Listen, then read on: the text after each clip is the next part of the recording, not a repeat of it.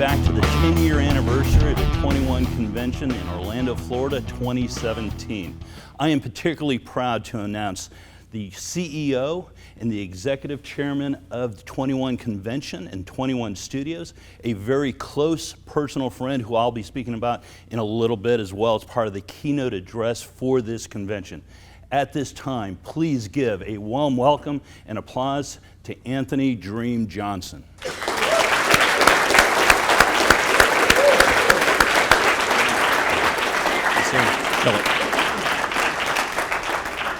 Thank you, gentlemen, for the warm welcome. The title of my keynote address, as you can see, "The Future is Masculine." Throughout this talk, we're going to explore what exactly that means, and at the end, we'll revisit it. Remember the title, it's important. In my judgment, feminism is the ultimate hate and supremacist movement today. We're going to also explore this statement, as you might have guessed. Read this closely because I mean it. This is not it's not exaggerated. I'm doing it and saying it because I believe it's true. I also know it's going to trigger the shit out of people. But I'm also dead serious when I say this in writing and in speaking. Since I found the red pill through Nicholas Cloud, an attendee here, and last summer in 2016, I went on to give a presentation at the 21 Convention of Miami, Florida, called Building a Universe for the Ideal Man. It was a visionary talk for the future of this company. It's something I stand behind to this day. It's been about a year since I gave it. Since giving that talk, leading up to it, giving it, and then after the fact, I continued to explore the red pill, particularly the work of Rollo Tomasi, a speaker here at this event. One of the things I realized, had a sneaking suspicion of before it, and then after the fact realized more fully, is that vision was fundamentally incomplete.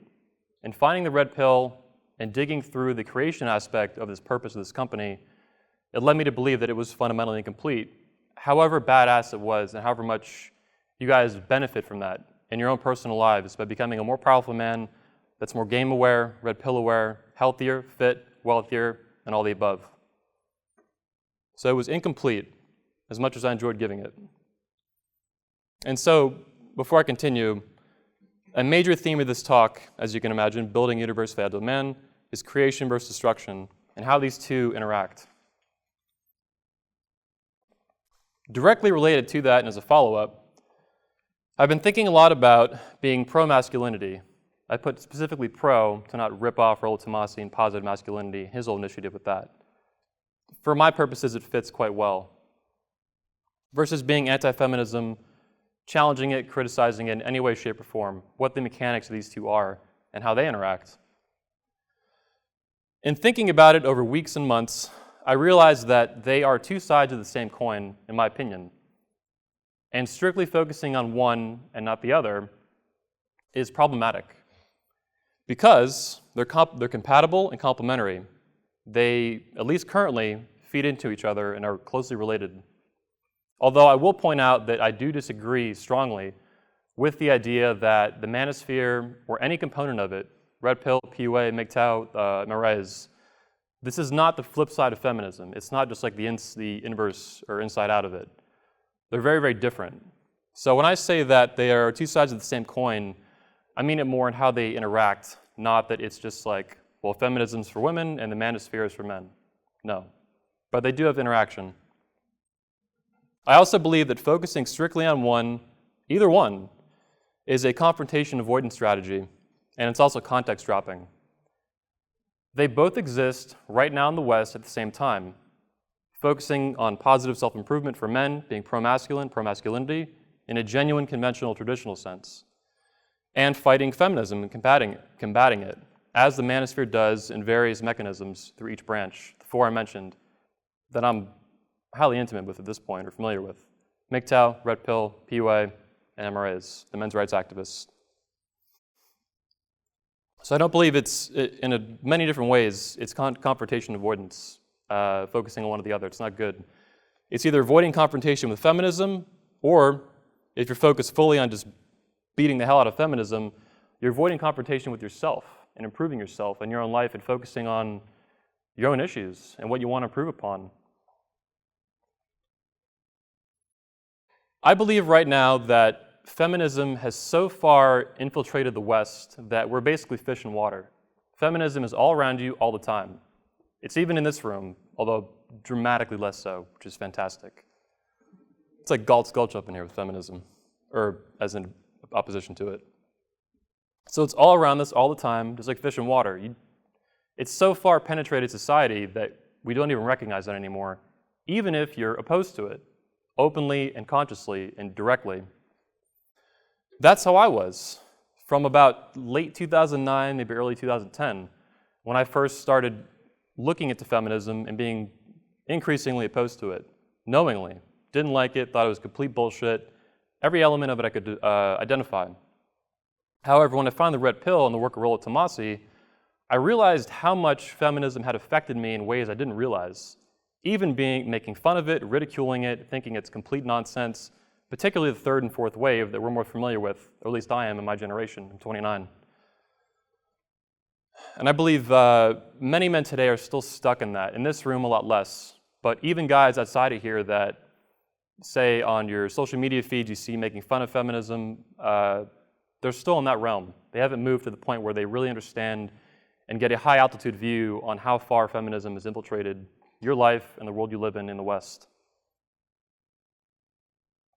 It's basically about 100% infected everything we have and everything you interact with on a daily basis. Every city government, every state government, every ABC department or agency of the federal government in the United States, every university, every church, every business, every branch of the military, every book, every movie, every TV show, every video game you play, every home, every family, every bedroom, every mind. It's all around you all the fucking time, and you don't even realize it. By the way, I curse a lot. I'm trying to minimize that. We'll see. I get close to Christian McQueen sometimes, so we'll see how this works out. I mentioned that feminism is not just a hate movement against men. That's specifically what I'm getting at when I say that at the beginning of this talk. It's also a form of supremacism, specifically for women. And this has been, I believe, since day one of modern feminism, since the first wave. About 100 years it's been around. It's never been about equality, which is what they'll tell you. Actually, when I first put out the ideas of this talk to a new friend of mine I met about a year ago, someone who is young, highly intelligent, I go out with him all the time and meet women, and he's someone who's highly familiar with the manosphere, but particularly the POA community. Sharp young guy. He had an immediate knee-jerk reaction that influenced his talk when I discussed criticizing feminism and what we'll get into more throughout this talk. His initial reaction was rapid, too, and articulate. So you're opposed to women's rights and you want to destroy them. And that is not what I was talking about in the slightest. But the minute I criticized feminism, boom, immediately. And this is a sharp young guy that is a good thinker. He thinks outside the box, does not believe everything he's told, and is willing to go against the grain in a lot of areas of his life. So it was interesting that immediately when I criticized feminism, he jumped to women's rights, which I think has never been the case. If it was about equal rights, why would they call it feminism? They would have called it equalism or something along those lines that made more sense. I don't believe it's ever been about that. And in particular today, if you ask a feminist in the West, in the United States, in Canada, and so on, what rights do I have as a man that you don't as a woman? They just flip their shit. They get, depending on the women, but they'll get angry because you're pointing out the hypocrisy of this. They've had equal rights for a long time, at least in the United States and elsewhere in the West. So if it's not about, why is this young man, in America today, in Florida, talking about women's rights with feminism if they've had equal rights for a long, long time? I don't believe it's ever been about that. What they do over time is goalpost shift, which is a logical fallacy, an informal one, I believe. So each wave that goes by, they move the goalpost. They move the markers of what's going on. And yet they still claim it's about equal rights. But what rights? It's all nonsense and it's a smokescreen, in my judgment. The waves in particular, I believe, have been a march of supremacism over time. Beginning with the first wave, it was better concealed then and less explicit. But as time has gone on, it's now spiraled out of control into third and fourth wave feminism, which is so toxic that the Overton window, the window of discourse, is actually moving in our favor, surprisingly. Hillary Clinton was the first major party, quote unquote, female candidate in US history for president, and she nearly became president of the United States. Just earlier this year, I believe, she went on camera for some sort of production studio and proudly declared the future is female. And then women, other feminists joined in, the future is still female. This is a person who nearly became president of the United States, 365, 70 million people, half woman, half male. Where do men fit into this? Where's the equality in the future is female? There is none. What is the future is female? What does that have to do with equal rights? None. It has nothing to do with it. It's strictly about women and supremacism. Shifting gears a little bit, the red pill talks somewhat, significantly so, about things like open cuckoldry and open hypergamy. So open and very explicit female sexual strategy. I believe this not only has basis in female sexual strategy and biology becoming more explicit over time, but it's also a function of open hatred against men. Hatred against men and masculinity in particular, and then men are the source of it, is becoming normalized. Every year, every decade, more and more and more. This is just one example, and our speakers tweet about this all the time on Twitter. You've heard about examples like this at the event. Rollo gave a good one with I believe he was a father in Barnes & Noble. He was shopping for a book for his child in the children's section, and he was basically kicked out of the store, which is pretty insane if you think about it. If you're a father and you're buying a book for a young child, you're engaging in normal retail shopping activity. This guy was seen as basically as a pedophile. Being a father, buying a book. That happened recently, within months, a couple years, not that long ago. Can you imagine a woman being kicked out of a Barnes & Noble store for buying a book? Like, what the fuck has happened that's normal and acceptable? What about in France, a major Western country? Their new president, Emmanuel Macron, I believe is his name, I believe is called now for within 1 year to criminalize, not like some slap on the wrist, criminalize asking a woman for her phone number. And some whistling shit too. So, which I guess the French are known for, great. This is a major Western nation, and they want to criminalize, and there's some functions of this with women controlling male sexual strategy and so on, which is interesting, but not my focus here. My focus is how the fuck is this becoming normal? That this is going to happen in France. And it already happened, to my knowledge, in a few other European countries, I believe Portugal and Belgium. If this can happen in France, it can happen in the UK. And they have things similar to this already that are not quite as explicit, but close. If this can happen in France and the UK, it can happen in Canada. If it can happen in Canada, it can happen in the US. This is insane. Approaching a stranger and asking for a phone number is a normal human activity. You don't do it every day, but there's nothing weird about it. Can you imagine, for example, a woman being arrested in the United States or anywhere else in the West for asking a man for his phone number? This would be the pinnacle of absurdity. Why isn't it that way for men? Because feminism. It's a hate movement and supremacist movement. And open hatred is becoming normalized. When I found the red pill, it's the red pill movement, as we're talking about it in the manosphere, is the original post-Matrix movie trilogy internet use of the term. It's not the ultra disambiguated or distributed use that's going on today. So on the internet, people are now saying anything's a red pill. My philosophy is a red pill. This religion's a red pill. This political ideology is a red pill. No. The red pill we're talking about was used by this movement since about 2002. So when I'm talking about the red pill, I'm talking about that component, that branch of the manosphere specifically. And its meaning is that it's the truth about men, women, and how we interact sexually and otherwise. And it comes from the Matrix trilogy, pretty obvious at this point. But one of the things I realized in thinking about this presentation and about how feminism affects men and what it is, and the culture we live in, is feminism, I think a lot of men view it as, at least with a quick thinking, they think of it or view it as like the Matrix itself from this movie trilogy. I don't believe that's accurate. The more I thought about it, the more I realized or came to believe that As a character, Agent Smith from that movie trilogy is an analogy for feminism. It's not the Matrix itself. So this is the face of feminism. Well, this is from Milo. He made this popular, Feminism is Cancer.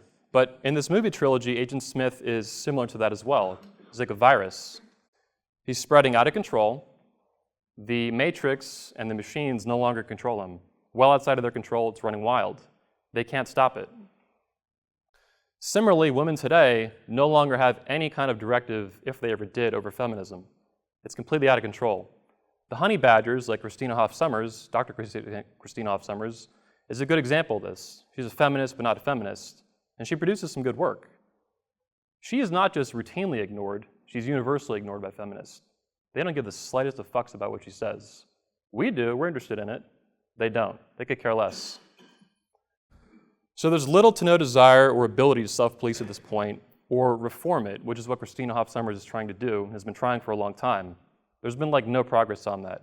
Every year, every decade, feminism gets worse, every wave. And like cancer, I believe feminism is a disease of civilization, which, according to this definition, a disease associated with the way a person or group of people lives. We talk about that a lot at this conference, these diseases. Not this one in particular, but in general out of the 14, this being the 14th. We talk about the paleo diet, we talk about how how men and women, humans over time have evolved. And when we stray from our evolutionary past, significantly it causes problems. Cancer, diabetes, heart disease, all these different things that are not that hard to prevent if you respect your own nature and your own biology and how it's evolved over a couple 100,000 years, so on.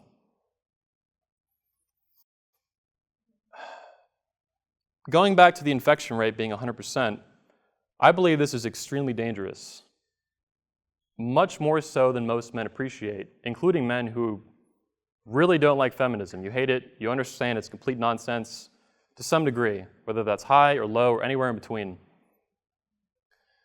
Long term, and even short term in some ways, it represents extreme danger to the West, the United States, and a free and rational society in our future.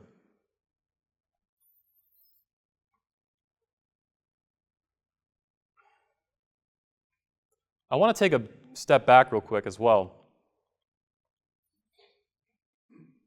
When I say that feminism is an enemy from within, it's something that I don't believe we've faced before, if so, in a long, long time.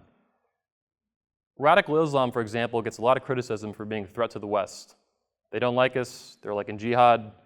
Wherever you think about this, by the way, it's not particularly relevant right now. It's just the general consensus or general discussion of it right now. Radical Islam doesn't hold a candle to the infection rate of feminism. Its influence on the West is minuscule in comparison. Feminism affects everything. It's an enemy from within the United States and within the West, not external. It's all around you, all the time, in your own head, in your own home, in your own family, all around you. And I think this is important to keep in mind when we think about the world around us, outside of the United States and outside of the West. This is a major enemy from within that hates men, supports female supremacism, and is doing catastrophic damage to the West, on every level and to every person.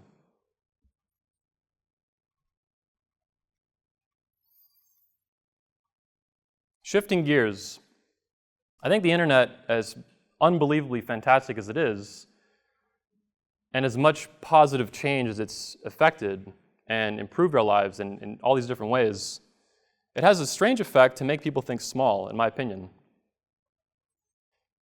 So I've seen in the Red Pill, for example, there's been discussion of creating like a smartphone app, an iPhone app, Android app.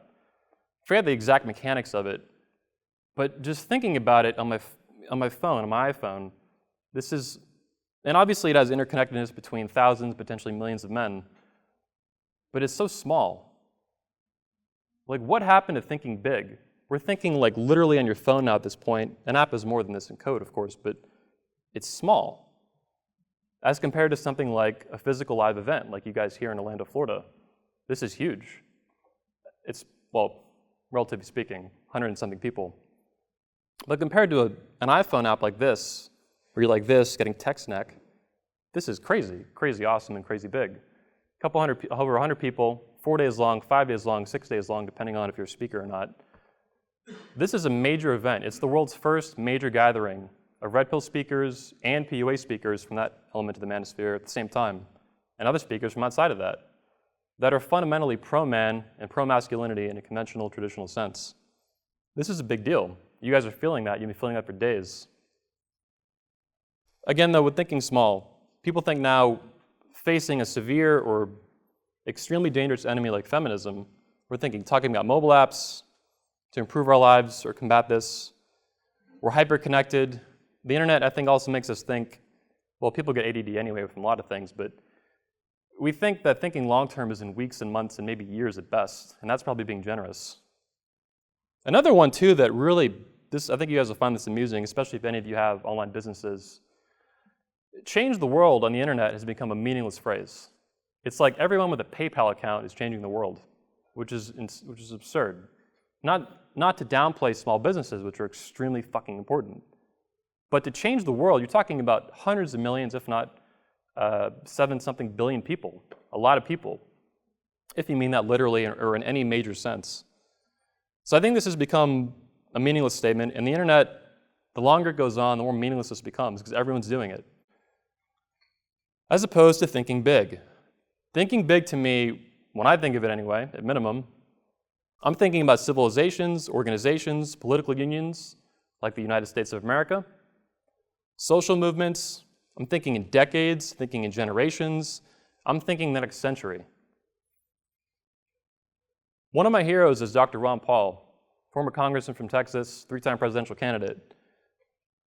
I'll never forget hearing him say, when he was on some major news network, MSNBC or Fox News or something, they were asking about his campaign in 2012. And he had to stop them and say, I'm not just running a presidential campaign, I'm trying to change the course of history. He was dead serious. That's who he is. This is not new to him. But of course, the news commentators just like, it's going over their head. This guy's serious. He's not kidding. And he has a significant understanding of the dangers facing the West and facing the United States. But this statement to me is thinking big, truly and legitimately, as opposed to something like change the world, which is being abused and its value is just being inflated out of control to the point that it's meaningless. But change the course of history or change the course of a generation, this is thinking multiple decades. This is serious thinking. I want to shift gears a little bit again, but continuing on the same thought thread. I want to talk about the waves of feminism. Let's get specific. Before I get into the first wave, I want to have Nicholas Cloud comment on the first wave. His understanding of it, he's an attendee and a friend, and the man who introduced me to the red pill. Did a fantastic job of it, too. He's going to talk to you about that because he is so articulate on this issue, it's unreal. He won't be on camera, but you're going to hear him now in the back. Nick, go ahead. Yeah, so one thing about the first wave of feminism that I've always been interested in is the concept of women's suffrage, specifically how the feminist narrative uses that as a vehicle to say the lack of voting agency that women had in the 1900s was a direct case of male oppression. So I started researching this using some source documents, and I've come to the conclusion that that is an absolutely false narrative. And I just want to share a few key points that I have discovered in my research that I think you'll all find interesting. First of all, in the 1900s, the way people looked at government in the United States and England is very different than we look at it today. Government was very limited. It didn't have the reach that our government has now. And the way voting worked was that voting was seen as an administrative function, not a right. It was an apparatus created by the state. It was not an inherent right given to anyone specifically. It was designed to be exercised in the same vein as jury duty. Chief Justice Marshall, who is the fourth Chief Justice of the Supreme Court, said that voting, or the granting of the franchise, has always been regarded in the practice of nations as a matter of expediency and not as an inherent right. So the idea that we have today, if someone said, is voting a right, you'd say, yeah, absolutely. They didn't think that back then. It was not a right. So then the question is, well, if it's not a right, then why were only men able to exercise voting to control the operations of government? And there are some reasons for that. First, many of the operations of government required the physical strength and stamina that only men can bring to the table. For example, putting out fires, making arrests. These were seen as civilian duties. There were not professional fire departments and police departments up until like the late 1800s. These were civilian duties. Quelling riots, being part of the militia, bearing arms during war. These were all things that men had to bring to the table. And since they were taking on the risks, it was logical that they should be the ones to direct policy that directly impacted society and the mitigation of these risks. Second, only solvent, self-sufficient citizens could pay taxes. In the 1900s, women could work, they could own property, they paid taxes if they were single and they could own their own businesses. Everything that a man could do, they could do. Once they got married, they were seen as a family unit, they became the head of the household, and the man took financial responsibility for everything in the house. So only the man was paying taxes. The vast majority of women got married. Therefore, the vast majority of income flowing to the state was provided by men. So since men were providing the vast majority of the financial support for state operations, it made sense that men would have the vast majority of voice when it came to the direction of that money in society. Third reason, laws protected women at the expense of men or granted them specific privileges that men did not have. Men financially, they were obligated to support their wives as long as they were married. Their wives had no such obligation. They didn't need to bring any money to the family at all. Poor husbands, well, all husbands, but specifically poor husbands, were liable for the debts of their wives, but wives were not liable for any of the debts that their husbands incurred. So if your wife went out, had a gambling problem, you were automatically liable for her debts. Husbands were always required to pay alimony. Wives were not required to pay alimony at all during this time. Even if the wife initiated a divorce for some reason, she was not required to pay alimony. Women were exempt from the repercussions of initiating violence, something called the inalienable right to strike without being struck. So she could strike anyone she wanted, fit her age, whatever, in public. She could not be held criminally liable for that. A man could. And they were obviously exempted from the physical duties of the state, going to war, putting out fires, these types of things. At this time, egalitarianism was explicitly rejected. People understood that as an evolutionary step, the differentiation of the sexes brought different things to the table. Men were seen as the guardians of the state, of the people in general. Women were seen as the guardians of the home. They viewed this as a natural evolutionary leap. So then what was the thrust here? Why did the women's suffrage movement start? What was their ultimate goal? And this is a quote that comes directly from an anti-suffrage pamphlet at the time during the early 1900s, where they interviewed a working woman who had her own business, and they asked her, and she said, if I could vote, I'd sell my vote to the person who would give me the most money for it. And that really wraps up the whole thrust of suffrage during that time, was the transfer of wealth. And it's no coincidence that at this time, the purpose of government started to shift from being a very limited source of protections of rights to the massive wealth redistribution engine that we see today. This was the seed of it. So this is what I found in my research. It's still an ongoing project, but I thought it was very apropos, and Anthony graciously has allowed me to share it. Thank you very much, Nick.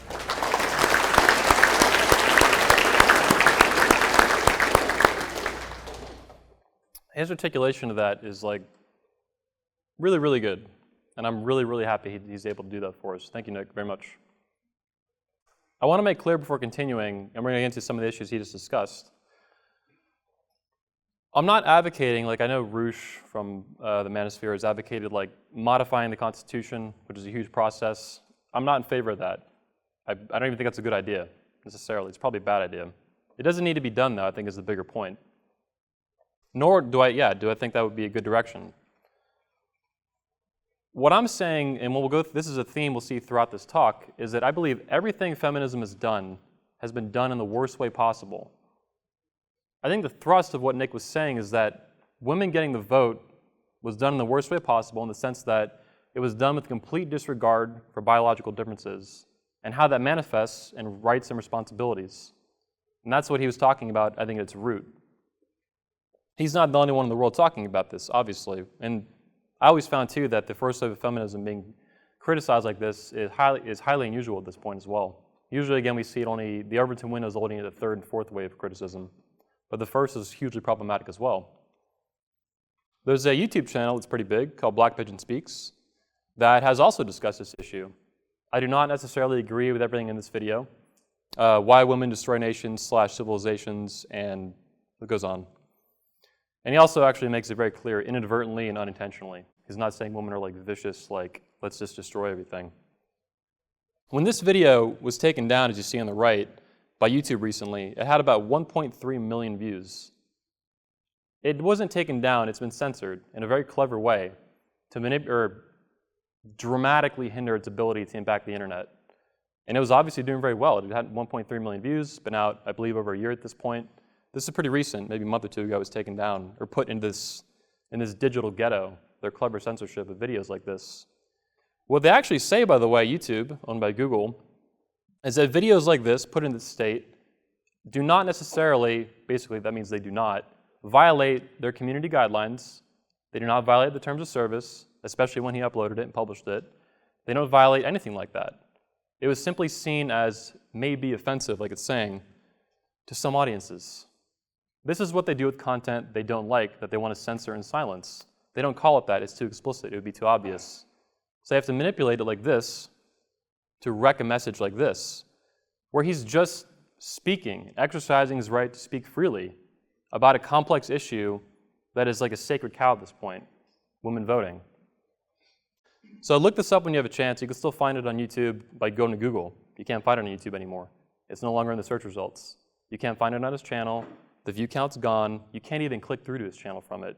That's how they basically removed everything, so it's a static video. It really sucks. There are other pretty well-known YouTubers as well that look at these issues critically and are open-minded to at least looking at it, rather than treating it as a sacred cow, women voting, and nothing can ever be done. Nothing can ever be said about it in the negative sense. Stefan Molyneux is a good example of someone else who looks at these issues and is not afraid to confront them.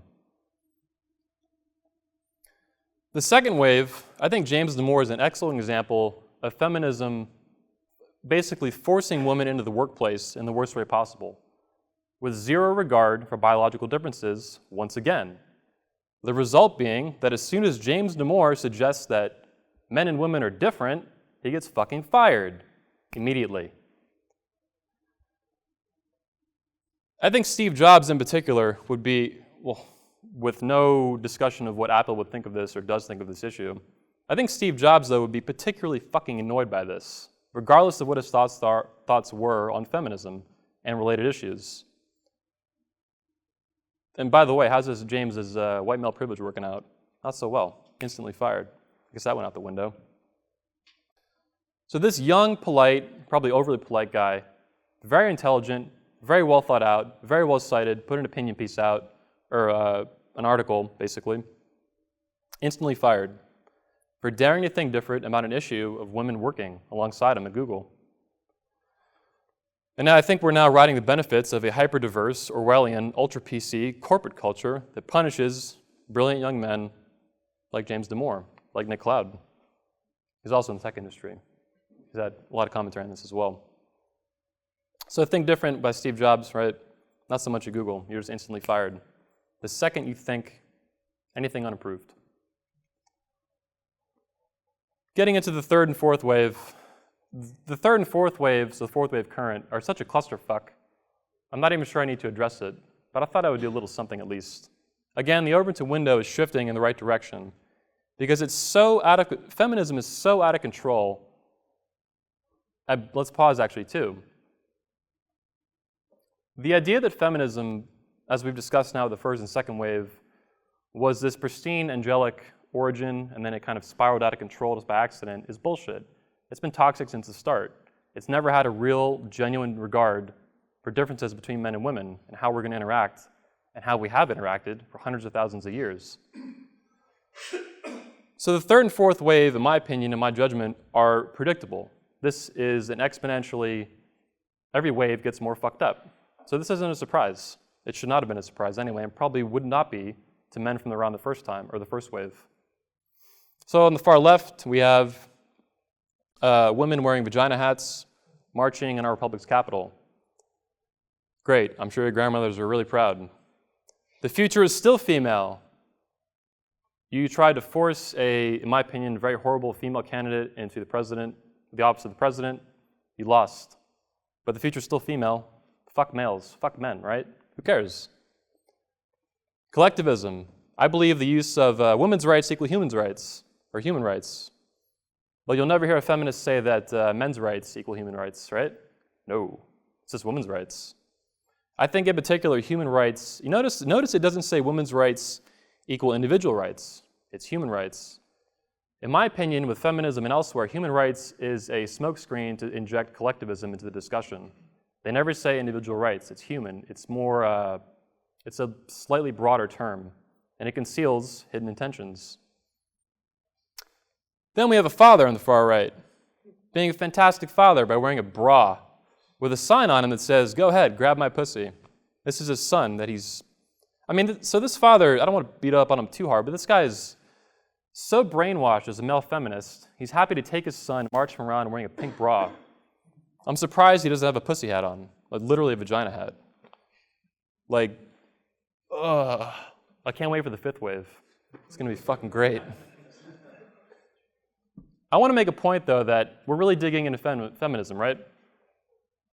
That's specific. I don't believe feminists matter. All these women marching, we need to observe it, be aware of it, and understand it. Individual feminists don't matter. Not even Hillary Clinton. Not that she's a particularly great poster child for feminism, not even by their standards. But she is a major feminist figure, right? Hillary Clinton's 70 years old. She'll be of natural causes, she'll be dead in 10, 15, 20 years. She doesn't matter. She's a first-place loser, literally. She lost. She's gone, she'll be dead soon. Her daughter doesn't really matter. What matters is ideas, which continue over years, decades, and generations. The individuals we need to be aware of, male and female, both. But they're not really the problem. The problem is the ideas. If they didn't have the ideas and the institutions that are infected by these ideas, they wouldn't have any ability to exert political and social force of their really shitty, toxic ideas. So feminists don't matter. We all die, us too. We're all going to be dead. Maybe not Jolly. Is Jolly still there? Oh yeah, maybe he'll just keep living. Him and Dave Asprey. We all die. So it's not, I'm not here to criticize feminists very much. I'm here to criticize ideas.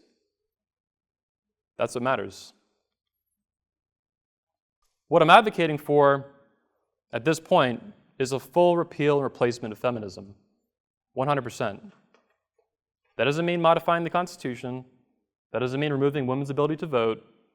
Not here to say that, not for that.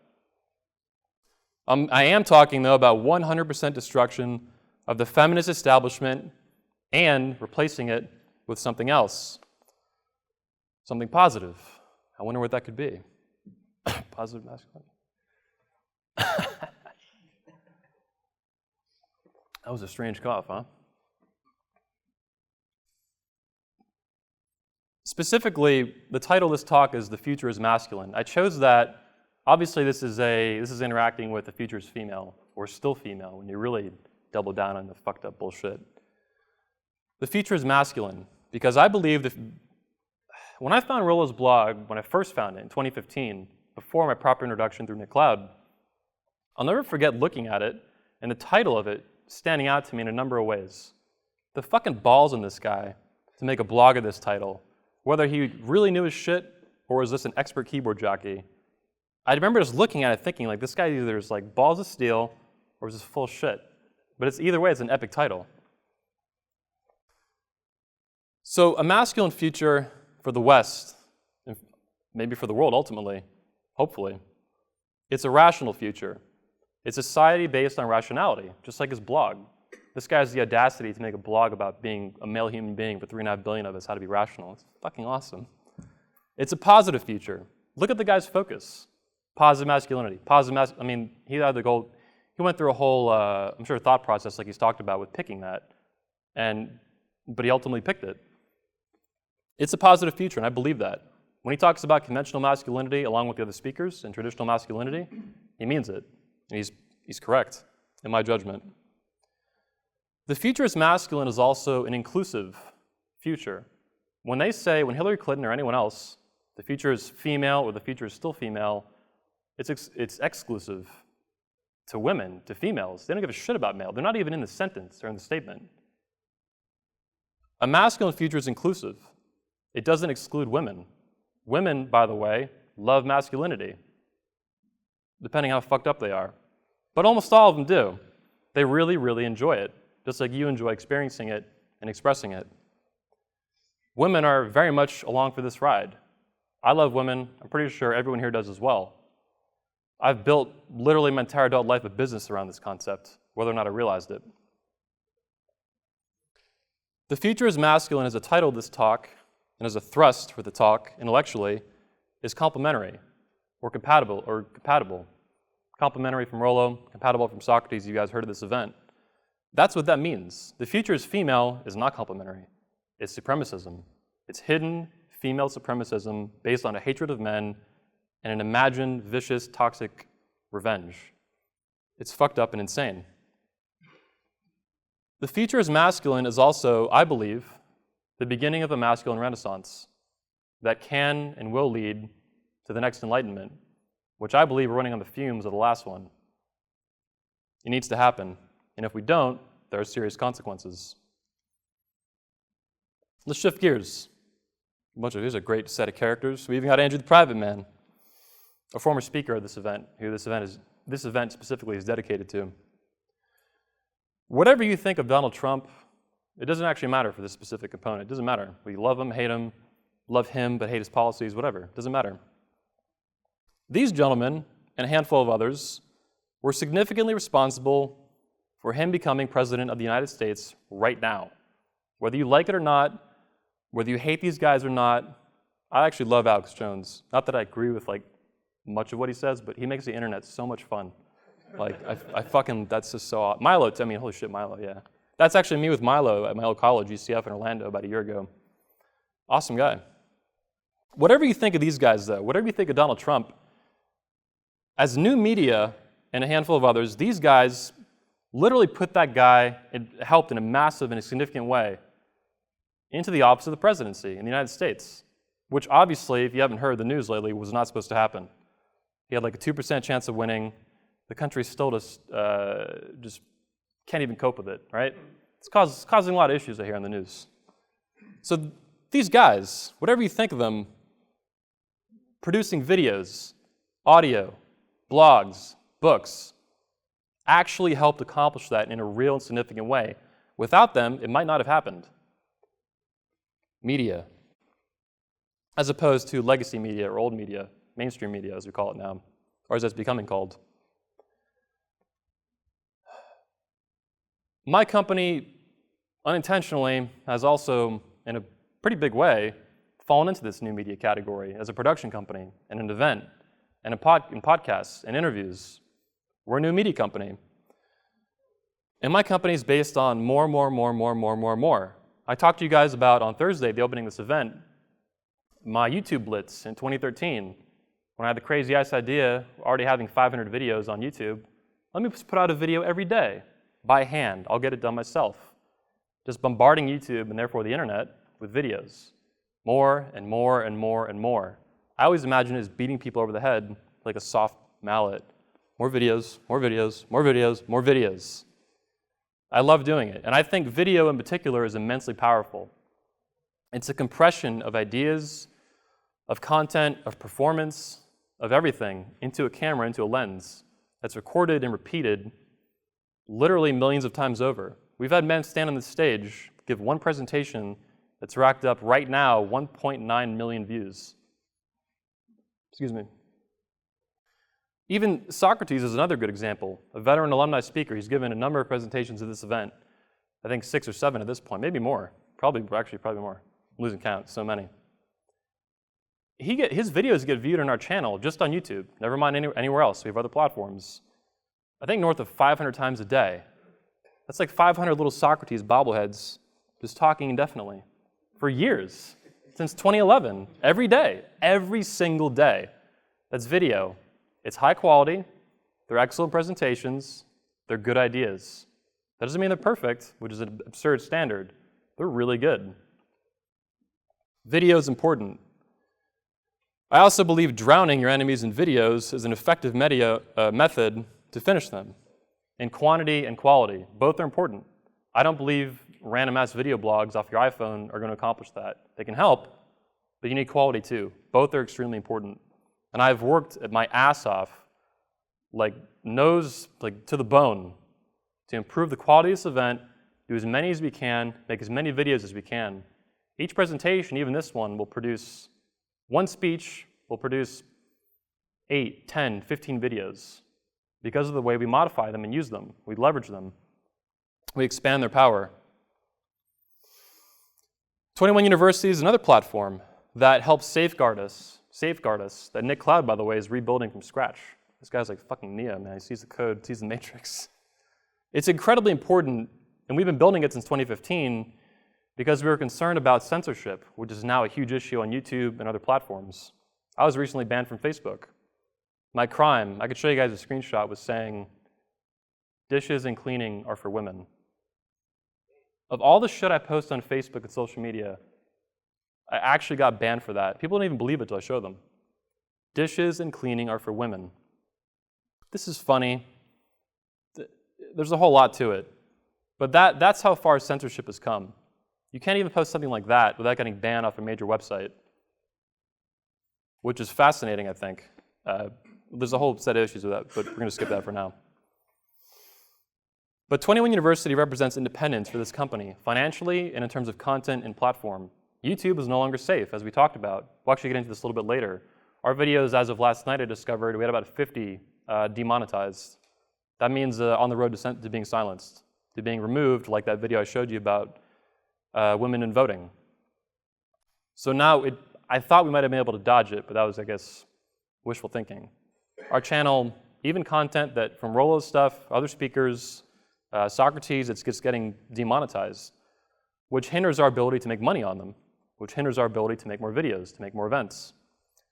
21 University is a significant push in the right direction. And we've been doing it since 2015, and now we're getting a major boost to it, which is super badass. I'm super excited.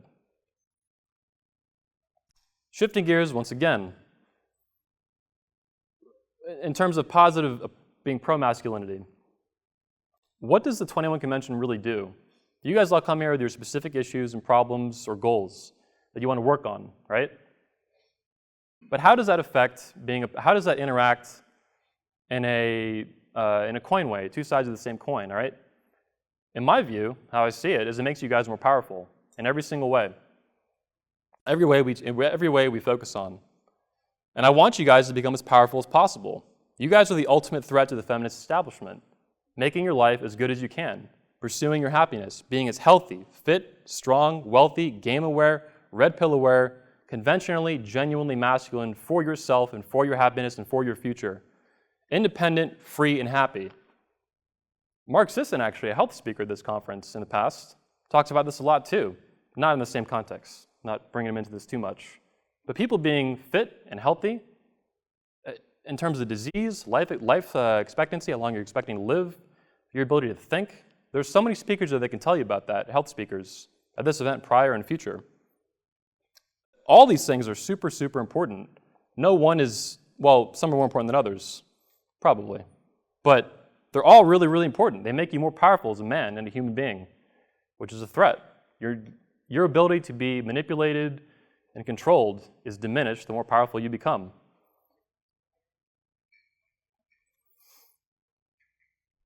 This is the good part, the really good part.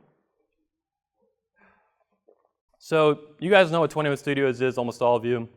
21 Convention is still a more popular brand, but 21 Studios is something we launched in 2015 that has functioned as an umbrella brand or a master brand for all different shows. We have the 21 Report interviews, Those are behind the scenes upstairs. You guys don't see those, but you'll see them soon on YouTube and 21 University. We have 21 University itself. Obviously, we have the 21 Convention live event.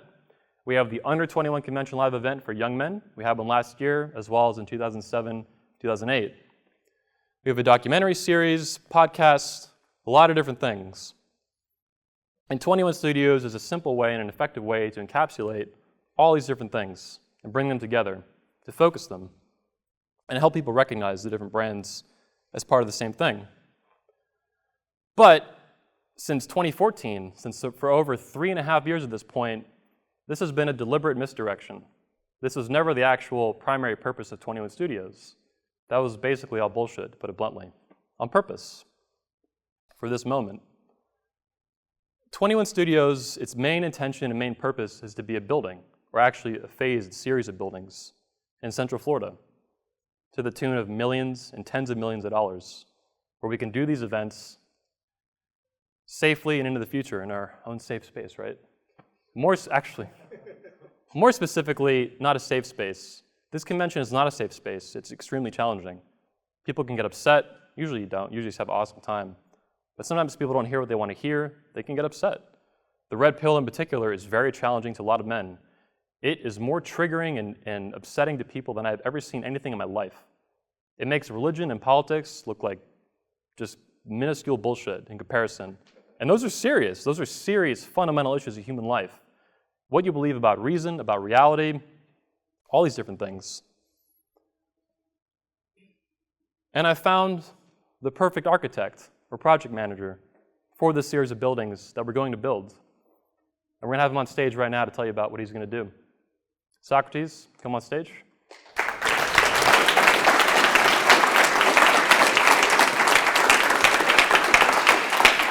I always kind of hate introductions like that. I'm far from perfect, I can guarantee you that.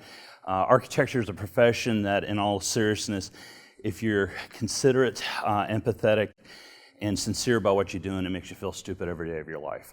There's always something to learn, it's terribly complex, and you're designing for a particular place and time that then changes and shifts over its evolution. So it's typically a snapshot in time, and so it becomes a very difficult and challenging thing to plan for an immediate need that transcends into a future one. But that's essentially what architecture does, and we need to actually design buildings that actually look at the life cycle of how they're going to be potentially be utilized. Anthony and I have had a conversation over the last three and a half years regarding culture, politics, and the environment in which 21 studios and 21 universities are finding itself. And it's driven a lot of thought and process as far as the business goes. At first, I would like to discuss a little bit about the context in which we're talking, just a little bit of frame for you guys to understand the general realm in which we're dealing with. We live in a tremendous age of opportunity. At no other time in the history of mankind have we been able to, at an individual level, communicate, connect, and share information. It is literally the digital age, okay? 21 studios, 21 university, and 21 convention is a ramification of this as an organization and as individuals. We would never have met had it not been for this capability. It is also the challenge of our time. The digital frontier is over. The social justice warriors have ridden into town, and they intend to bring along leftist civilization and control with it. It is exemplified by a degree of intolerance and repression and the policies of self-destruction, or of personal destruction, sorry. It is literally a new digital age inquisition.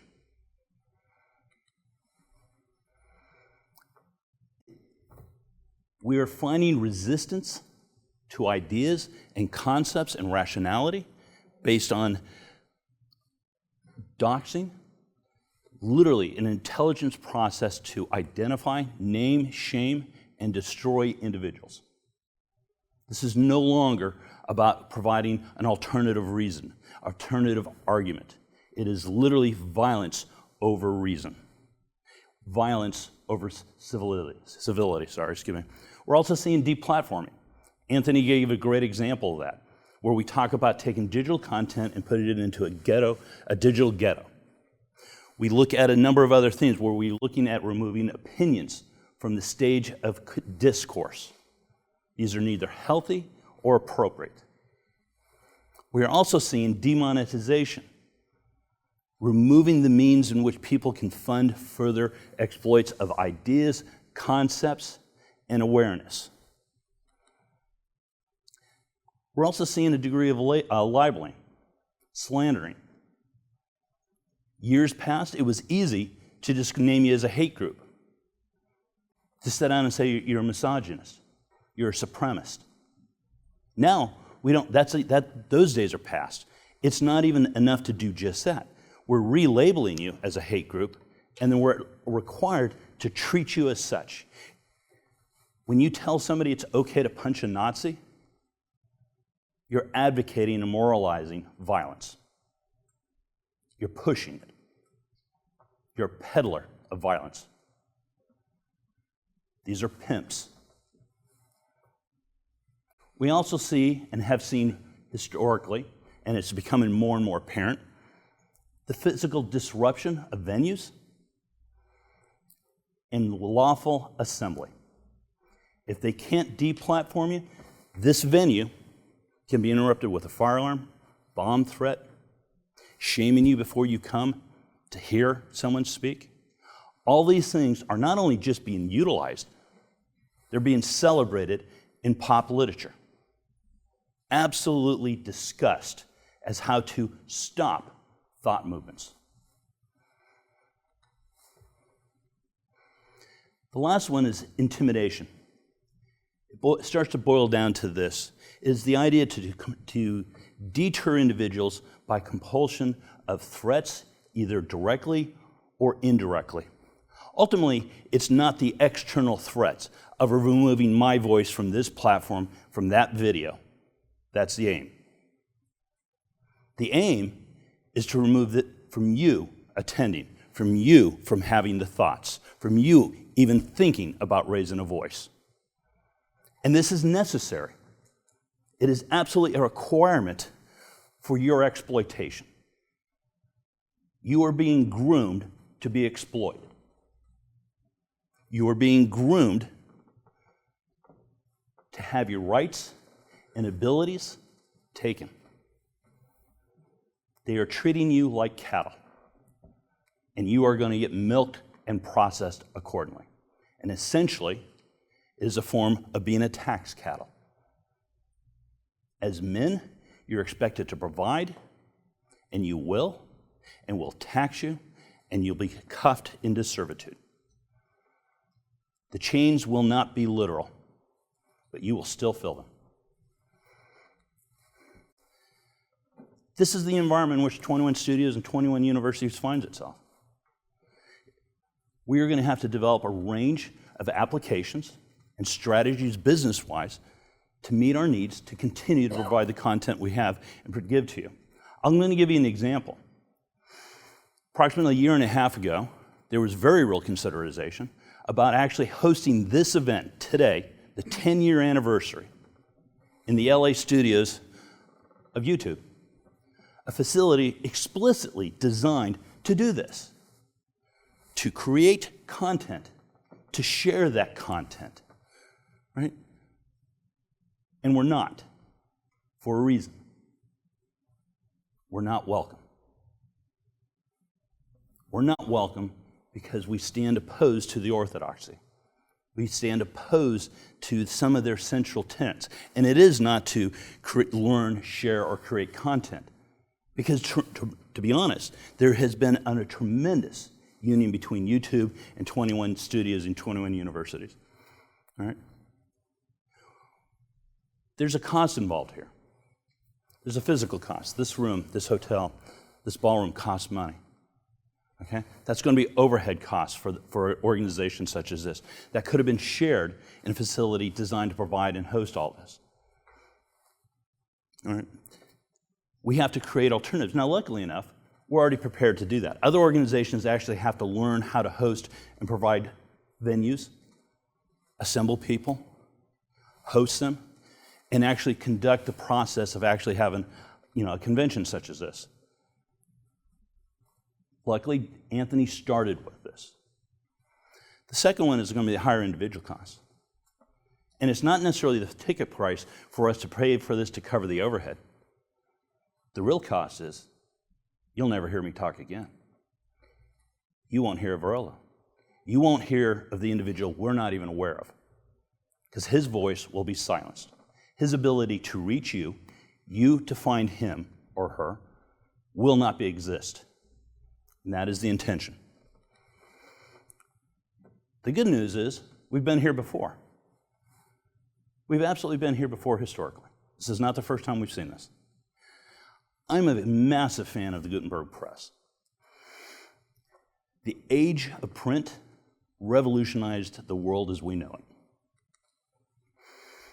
Previously, it would take a single scribe a year or greater to create one document that was called the Bible. With this invention of the printing press, you're able to produce thousands in the same period of time under superior quality of conditions. It removed the ability to have an interpreter between you and the Word of God. Imagine the ramifications of that.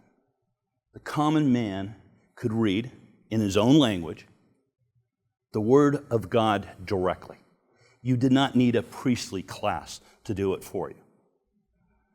That concept would play out moving forward after the revelation of this technology. And this is where we come across a nice German monk. He was a decent fellow. And he had some issues with the church's practices of indulgences. So he wrote a letter and sent it off. It's kind of a litany of complaints and some rationalities, and it was meant as discourse, an objection to what was taking place. The pushback from the orthodoxy was rather extreme. And because of the pushback, his resolve and purpose was hardened. And he was further convinced, and it drove the direction of his thought process and created a movement. That movement was the Protestant Reformation. Tore apart the church, tore apart Europe. In the course of 2 years, that technology printed out over 300,000 copies of his theses and distributed them across Europe. And the cat was out of the bag. Mass communication, connectivity to people, to ideas, unrestricted from a governing class. Ultimately, the Protestant Reformation led to a number of things. You're going to recognize them. Ultimately, it was a renaissance for Europe, the beginning of the European Renaissance. It also led to, quite literally, the Age of Enlightenment. It also led to the modern sciences as we know it. My personal pride and joy is that the Age of Enlightenment, the pinnacle of that, was the Declaration of Independence and the U.S. Constitution, removing tyranny and restoring human rights, individually. When we talk about our form of government, it is a unique study in this evolution. And it took several hundred years of tremendous amount of bloodshed to get to that point. When you can't argue through words, inappropriate means will take hold, usually resolving violence. We want to prevent that. We're not in support of that. We mean to discuss, and we mean to argue, we mean to proffer ideas. 21 Studios is a platform for those ideas. 21 Studios is absolutely in a similar cultural situation. We're facing an orthodoxy that's restrictive and oppressive, and the responses is to censor and demean. We also live in a transformational age. Unlike the printing press, the ability to digitize information and spread it globally is vastly superior. It is unbelievable. And this is something that's relatively new. I transcend this period. I was shocked by my first email after I wrote my first couple of blog posts. I was contacted in the middle of the night, email comes through. Somebody read something, they found it profound, implemented it in their life, and they wanted to say thank you. It was somebody in New Zealand. I had no idea somebody in New Zealand would read anything I would ever write. Not only that, she was a female. I was distinctly writing for men, and women were reading. Not only reading it, found it beneficial and helpful. I had no idea. It escaped my concepts. It escaped my sense of reality or potential or potentiality. I didn't think it was possible. This is the world that 21 Studios exists in. I don't think any of us had an idea that this was possible. The results, though, of what Anthony's been able to achieve is right now today, there's over 125,000 subscribers, 125,000 people that will receive a message at a push of a button. There's over 20 million views and counting daily of video content. And he has a library of over 2,000 different videos of people providing content, information that you have access to. This is an entire library, and it is growing. And he has absolutely every intention to increase this. Likewise, 21 Studios and Anthony was initially, the objections to the orthodoxy of the day. Feminism and enfranchisement was literally a discussion of objections of the removal from central tenets of human nature. It was supposed to be meant as a discussion amongst people, men, women, about families, about their health, about their fitness, about their relationships, and how we relate to each other. But because of the pushback, this man has gotten greatly hardened by it. It has also solidified his resolve. It has also given him purpose. It also affects a lot of the alumni speakers. I know personally, I have been transformed by a lot of this. I'm not the only speaker that has. It is also very much reflected in the current list of speakers we have for this convention. It is also reflective in the direction in which Anthony intends to take the organization. Ultimately, I think what you're going to end up seeing is a masculine reformation. You're going to see not only a rise of men, but a return to men.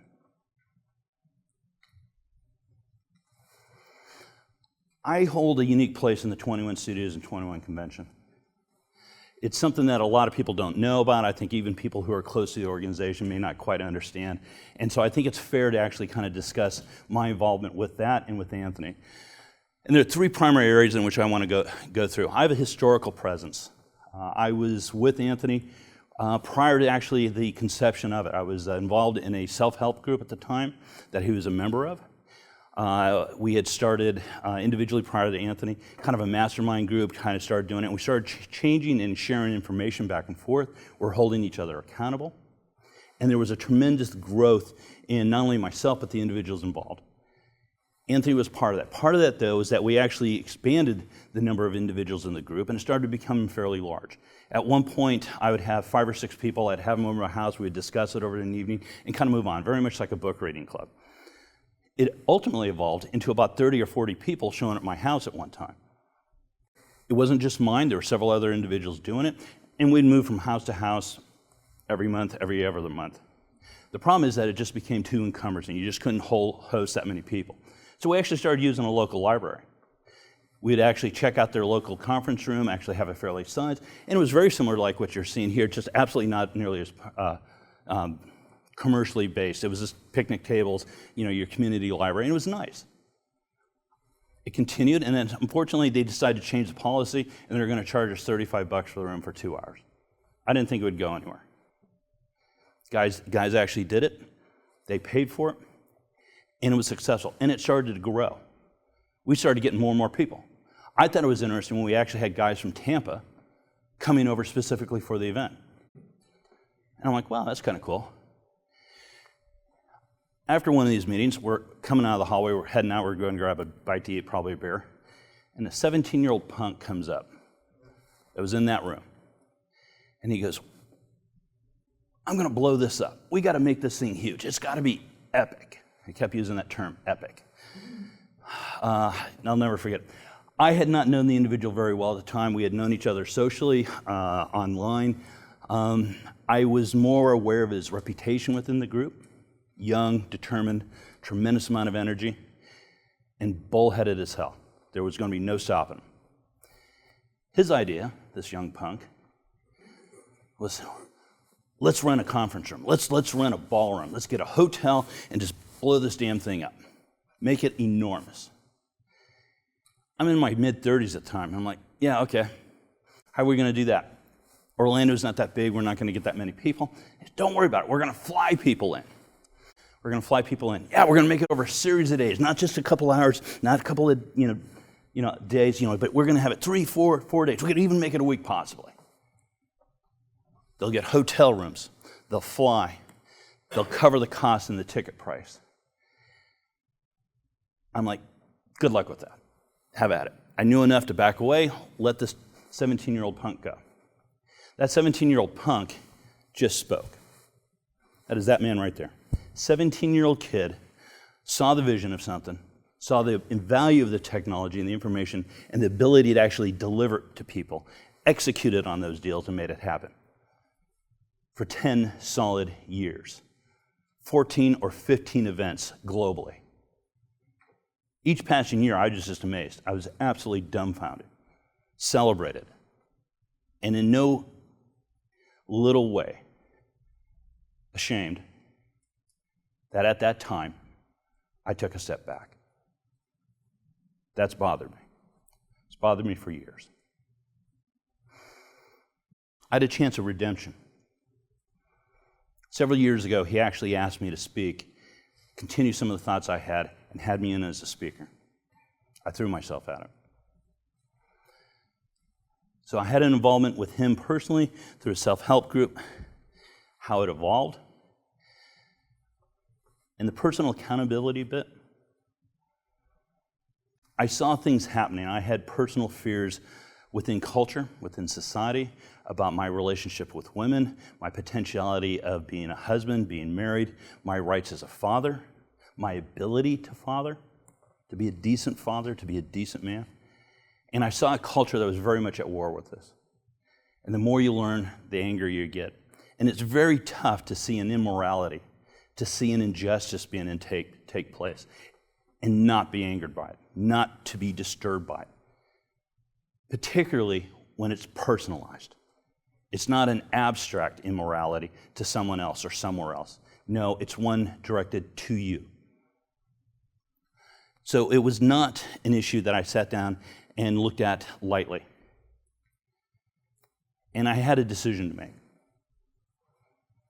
I could remain angry, or I could be happy. And I had a choice, and there were consequences to this choice.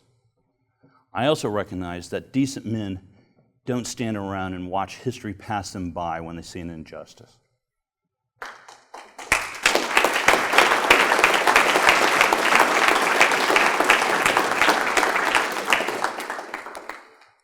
I take personal risks sitting here and talking. I've felt those effects, in all honesty, to a minor degree, but it's a real and never-ending threat to my personal welfare and to this point to my family. And I'm going to tell you, I'm going to lean into it. All right. The secondary one is I have a very close personal relationship with Anthony. And it's not just because we're involved in the same self-help group and kind of we're dealing with the community issues and we had kind of the same journey together, which is very, very true. It did occur. But we also shared ideas. And it was odd having that disparity of age to have a friendship. But what I saw is he had some tremendous things to give an older man. Energy, just can-do attitude. He may not have had the knowledge or the wisdom at that time period, but he had energy. Not only that, he executed. In that group, there was never a harder working individual. That man had work ethic. And based on that, that was a token of my focus and intention. It was kind of the cost of it. If you don't try, if you don't put your effort out, I really don't have a whole lot of time for you. I don't have a whole lot of respect. So consequently, when I talk and see you guys are putting yourself out there to come here, to be here. I have time for you. And so he did offer quite a bit, and a friendship did form based on shared values. Also, I learned a lot. He's a better version of myself in those areas of taking risks, of putting himself out there, doing things and saying, I have faith I can achieve that. I was raised to be conservative, very, very conservative. As an architect, you don't want your buildings falling down. Okay, so a lot of that I was taught. He didn't have that training. He didn't get that fear development. The other one is, and a lot of people note it, it's been discussed that after the failure of his relationship, his marriage, where he was just brutally betrayed, the depth of injury that was inflicted and the poisonous nature of that relationship, which was truly singular, I had an opportunity to grab him. Saw a friend that was going to be hurting, saw a friend that was going through trauma. He needed to get out. And I said, you got a place. When I said, I have your back, I meant it. At that time, I told him, you need to get out. You have a place. My house is open. At that time, I just had a two-month-old baby boy, delivered 2 months early. So you can imagine I now have a whole household. I have a family of 5, a newborn, and a friend who's going through a failed marriage. I say this not in light of my actions. I say this because I had an opportunity to repay an immense debt. I wouldn't have my daughter today if it wasn't for that 17-year-old punk, to that man there. He allowed me an opportunity to continue my evaluation of society, culture, sex, politics, my place in it, to evaluate my fears and insecurities, to develop myself, and a platform to share what I had with others with you, which ultimately drove my game, okay? Which ultimately made what I do more focused, made me think about things and spend time on these thought processes in ways in which I would have utilized another means. And because of that, I developed the confidence to be able to have the relationships I wanted, to remove the people out of my life that were toxic, that were going to take me places I didn't want to be, to secure the relationship I have today, and give me the confidence to know there isn't a better man or father for my daughter. And when I look in her eyes, I can thank him. So he's an alumni of the Big White Box, which is my house and home. There have been a number of friends who have stayed with me, been roommates. It's always kind of an experience, and I was immensely gratified to have him in my house and home for the short period of time that I did. The last one, which is the point of the introduction, is that I'm actually a professional architect by trade and practice. The nature of my work professionally is all commercially and municipally based. Primarily, I've dealt with airport and transportation facilities. I've designed billion-dollar terminals, billion-dollar concourses, and to the extent of revitalizing an Eastern Bloc country's air infrastructure system to bring them into the World Trade Organization, to bring them part of the EU. I was terribly proud of that. The other half of my career has been dealt with very large-scale civic and university-type projects. And we kind of have a joke, that there are 2 types of architects. Architects that know type 5, light gauge timber, wood construction, and all the other building types, or building material types. I definitely fall in the latter.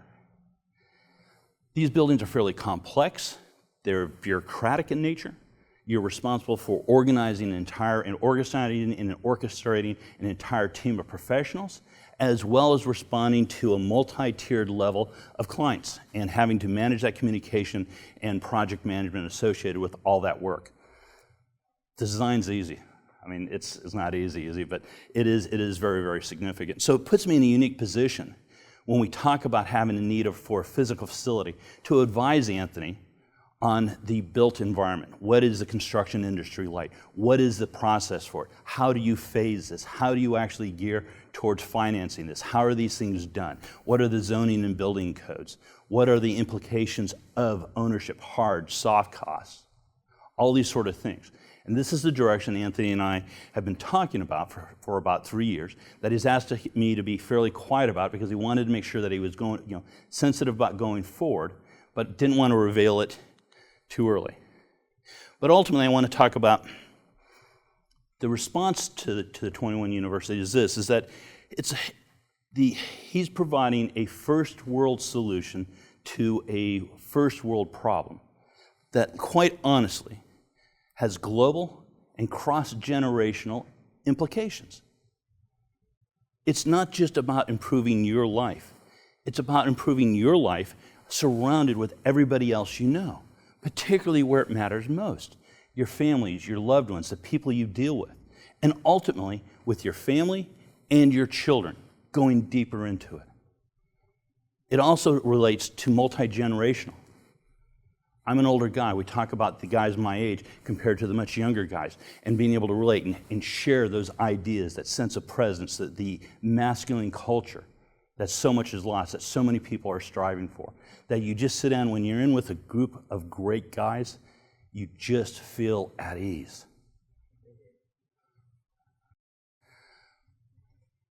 Ultimately, 21 Studios is literally about self-improvement. Men improving the quality of their own lives, improving the lives of the relationships they have, healthier families, and sounder children. The business model, unfortunately, is relying on other third-party institutions and platforms, the servers, the databases. We also have an issue with the platforms in which they're being viewed from. The fact that we have to rent space in a hotel, who very well in the future may decide, business model-wise, that hosting an event like this is probably not in their best interest. Okay? It also means we can't control the security of this environment. We can't control the crowd that's outside. We can't control the people pulling fire alarms. And we know these things are being done. How do we resolve this as far as a business model goes? To allow you to have continued content and facilities, and to have the conventions we have, the discussions in the hallways, which are so important. Not so much what we say here on the stage, but the fact that everybody is talking in the hallways after the speeches. The actions today, we've taken several steps. Obviously, we've been discussing this with thought leaders and peers across the board. We are researching comparable businesses and businesses models. How are they doing it? So we're not reinventing the wheel. We've actually visited and toured several facilities. Last year, Anthony actually went out to LA and actually saw YouTube Studio. He's got a personal tour, was able to see it firsthand. Actually, it was more than a year ago. That's when we were actually seriously considering hosting the event there. But because of their terms of services, their contracts related, and the fact that at any time they can delete the content, we opted not to do it. We also talk about having a pro forma of the actual concepts, the program. What would a facility mean and be? What would that look like? We also talked about the discussion of sequencing. How do you do this? How do you enact that? In most cases, most large projects don't happen all at once. They're typically phased. So we discussed that. The other is the evaluation of and reorganization of the business plan, the business model. How are we going to do it? And Anthony was talking a lot about that. Ultimately, what he wants me to show you today, when we're getting right to it now, is a three-tiered vision for the future for us. The first one is the smallest, most easily and readily available. It's kind of the intuitive one. It's a live-work digital studio production facility. Obviously, we'd be having recording, production, and server hosting. We would want to look at corporate offices for this facility. We also want to make it a live-work facility. Anthony thrives when he just immerses himself in everything he does. He's not a guy that commutes to and from different ideas. He throws himself into it. Consequently, you want him swimming in his work, his home life, everything else, all in one. And I think there's some utility to this. He's not the only one that thinks this way. A lot of people who do digital media arts, there's a lot of this, there's a viable market for it. Not only that, you can affiliate lease. It has what they refer to as an NOI, a net operating income associated with it, so that the costs are actually load shared with income stream. Not only as a business model, but additionally for these facilities. It allows other people to come and use these facilities. Other speakers who don't have the capabilities themselves would naturally find a home here. The second is everything we just talked about, in addition to having a stage large enough to hold a conference. That's terribly important to us because now we can actually host and secure our own events. So we talk about having a number of things. The also live-work component of this may include more than just a small executive suite for personal living. It may include guest housing to be able to have people come in, stay, host speakers, host individuals, and then have that stay. And it's something about a think tank, about having people come in and discuss in a round table ideas, events, concepts, and be able to hold that internally and be able to host that effectively. The last one, which is Anthony's personal favorite, because the man doesn't ever think small, is replicating something very similar to YouTube Studios, which is what you see here. A very large central stage, other secondary, tertiary stages as well, but obviously one in which you actually host events, and an entire suite for post and production facilities. So we're looking at any number of things, but we're also looking at funding. And so it's terribly important for us to understand that we want to continue to provide great content, to continue to control the channels and distribution of that content, to produce more content, and ultimately have the facilities on hand so we can actually meet and discuss and have that personal interconnectivity, that human element, be central to what we do. Ultimately, men are going to need to speak up. We're going to need to act. You're going to need to stand up. All right? Decent men will not be idle witness to the events and culture before us. You don't have to stand here, but you do have to enact through your values. That's virtuous behavior. Men are going to have to respond not only in a self-centered manner, they're going to have to think about their ruthless interests are at stake. We're going to need that support. Anthony has decided personally to take that mission on, and he means for 21 Studios to be a bulwark against this cultural shift. Okay? Against the orthodoxy, against repression, against intimidation. We also seek to refine the services we provide. He's always been stellar with an emphasis on phenomenal video production. That's going to continue. We need the ability, ultimately, to use language and reason for human discourse. The alternative is unacceptable. The alternative is uncivilized. It is uncivilized for people, it is uncivilized for culture, and it is uncivilized for people. I'd like to thank you for your time. I hope you enjoyed the presentation and the vision which we are heading, and I'd like to have Anthony take over at this time. Thank you, Socrates. Appreciate that very much. Very, very much.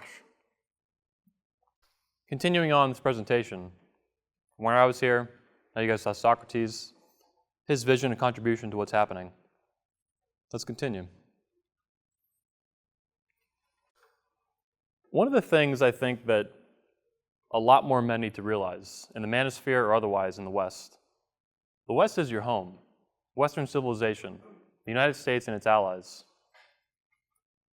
When I say the word home, I think most people think, men and women both, they think of your house, your apartment, maybe your city, maybe where the city you were born, maybe the city you live in, maybe your home state, particularly if you're from a state in the United States like Texas. Well, this is all accurate, either literally or more broadly, thinking about it. Ultimately, the West is your home.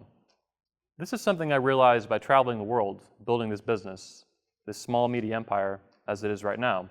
I haven't traveled a crazy amount, but I've seen probably 17, 18, 19 countries, which is, I think, way above average to my knowledge. So the more I travel and the more I return back home to America, to Florida, the more I realize this. It's something that gradually I basically figured out and then eventually was able to articulate it within my own mind and verbally. So the West is our home. This is where we live. This is where you were born. Whether it's in Canada, America, Australia, the United Kingdom, and so on, in Florida, Texas, New York, wherever, the West is your home. And the more you travel, the more you realize this. Through shared political ideologies, cultures, values, religions, philosophies, and so on, the West is your home.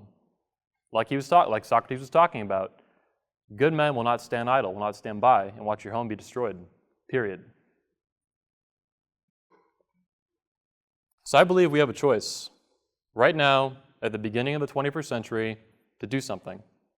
And that, I believe, in big part, is not just my company and what I've done in my short 29 years on Earth, and 17 to 29 as an adult, but the manosphere in particular, as a result of men communicating for the first time via the internet at such a scale. That choice is that you can watch the West burn, or you can have fun destroying feminism. destroying the feminist establishment. I think it's actually fantastic fun. And I don't just mean making fun of them. That's part of really fun, trolling and shit. That's more like funny though than fun. The fun part is the hard work, is improving yourself, is figuring out how other men can benefit from that too. So learning from your experience and vice versa. Going out and meeting women together is a really good, simple example of that. Winging each other, helping each other out. But this is fundamentally our choice. And destroying feminism, I think, is the right choice to make. I don't want to watch my home burn to the ground. That's absurd on like 15,000 different levels. It's not just absurd, it's tragic beyond words. I don't know how anyone could do that willingly. I sure as hell can't, and I hope you can as well. Because this is a choice we all have to make, or as many of us as possible, as necessary to get the job done, to destroy the feminist establishment, to repeal and replace feminism entirely.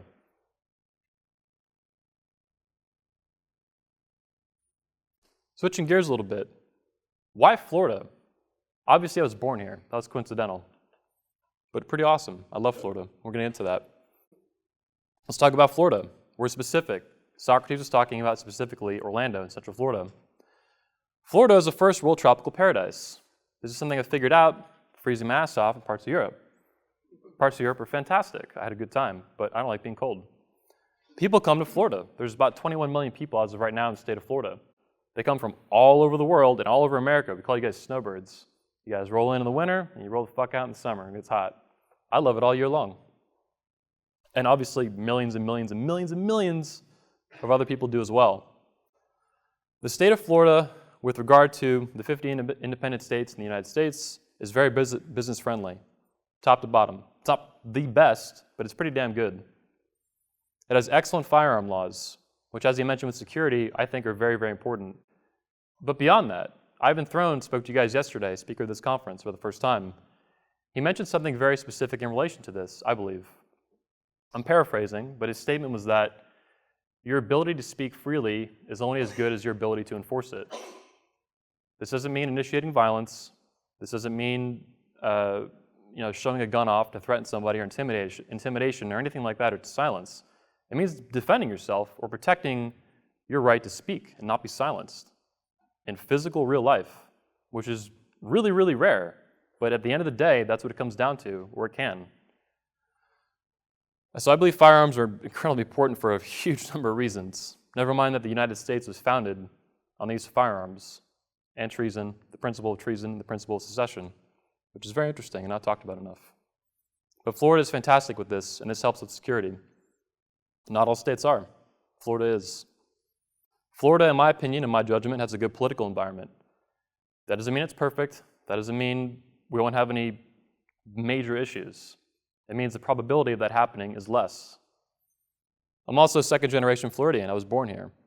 Florida, in particular, is my home. I identify as a Floridian. That's personally important to me, but as the founder of this company, I think it has significance and relevance. I'm very happy to be a Floridian. It's an awesome state with a lot of shit that can kill you. Sharks, alligators, snakes, all kinds of interesting shit, which is badass, in my opinion. Why Orlando specifically?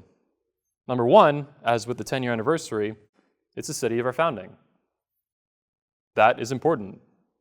It's not absolutely necessary to build 21 studios in Orlando, but I believe we should respect the founding and it being born here. Like I mentioned in my opening address, this company to me is in some ways like a child that I've taken care of and fathered to the best of my ability over the past over 11 years at this point. I would, to defend it, kill for it. If I had to, I would die for it, but that would also defeat the purpose of running it at that point. Someone else would have to do it, which as of yet, no one is able to do that. And I don't want to die for it. I want to live for it. I want to live with it and within it, and some physically in some ways. I want to immerse myself in it, as Socrates talked to you about. Orlando is also a world city. You can look that up. This is something I figured out just a few months ago, that there's a whole sociological, not system, but concepts applied to this. So a global city or a world city. Orlando is basically a hub of finance, of tourism, and history. There's a lot going on in Orlando. There's a reason this convention keeps happening in Orlando beyond just me going to college at UCF and starting it here. We come back here, even though I've long been out of college. I didn't even live here for, I think, north of 5 years. So it has significance there, and importance and value, it being a world city.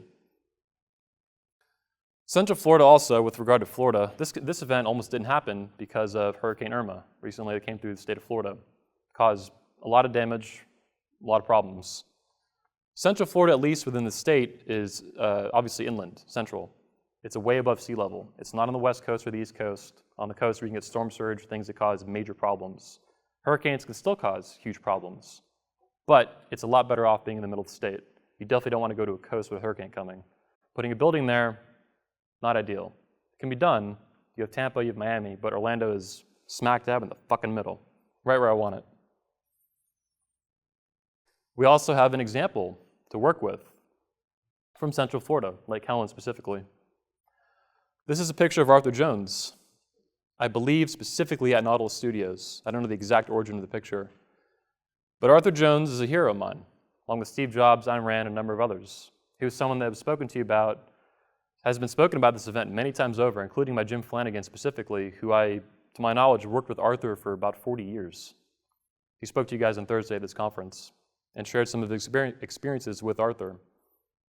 Arthur, by the way, is a legendary American badass.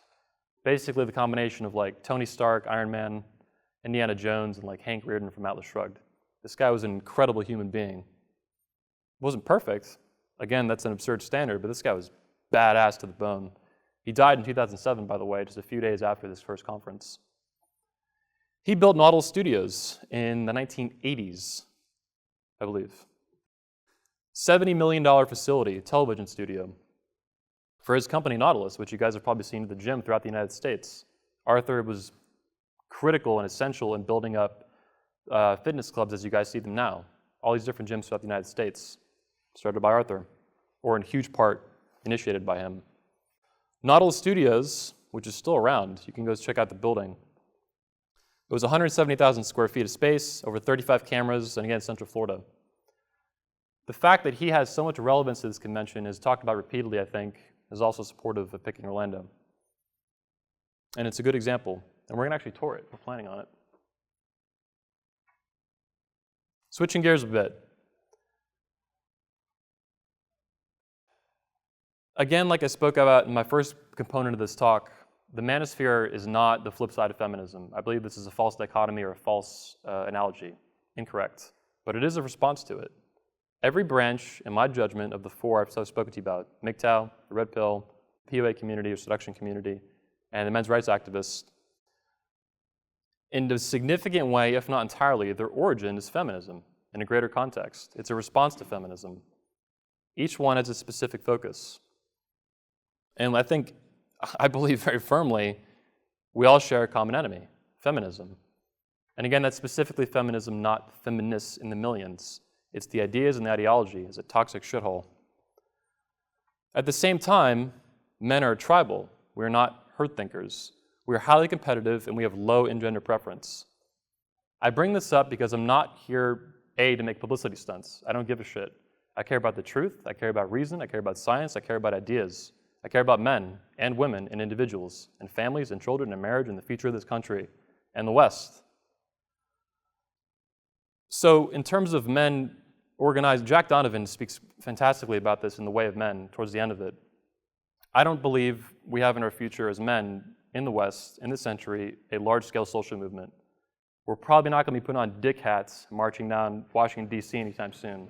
It's not going to happen, and it doesn't need to. And that's not what I'm here to, seriously, that's not what I'm here to do. I'm not specifically opposed to that. I just don't think it's going to happen.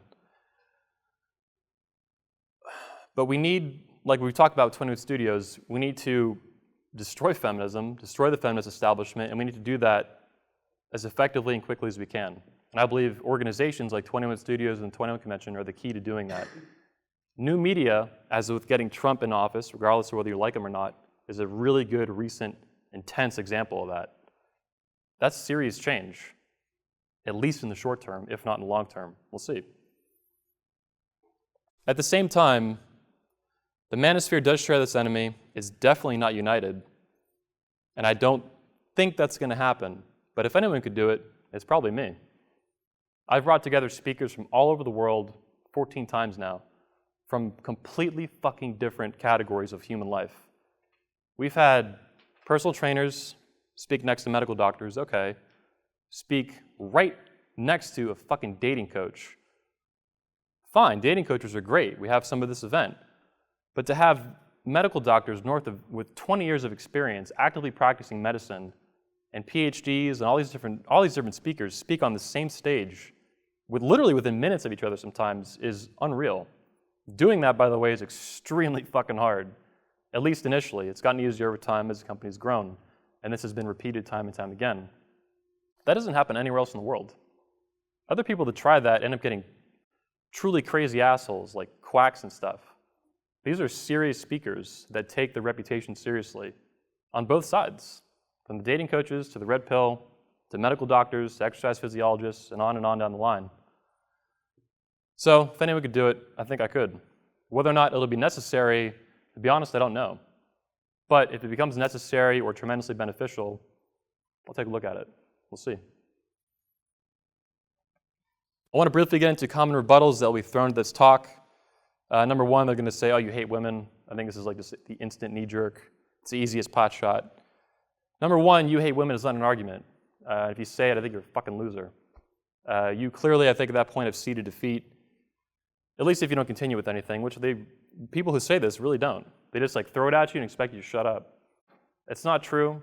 I love women. I love my sisters. I love my mother, my cousins, second cousins, the women in my life. They come and go. We'll see how that turns out. I really do, though.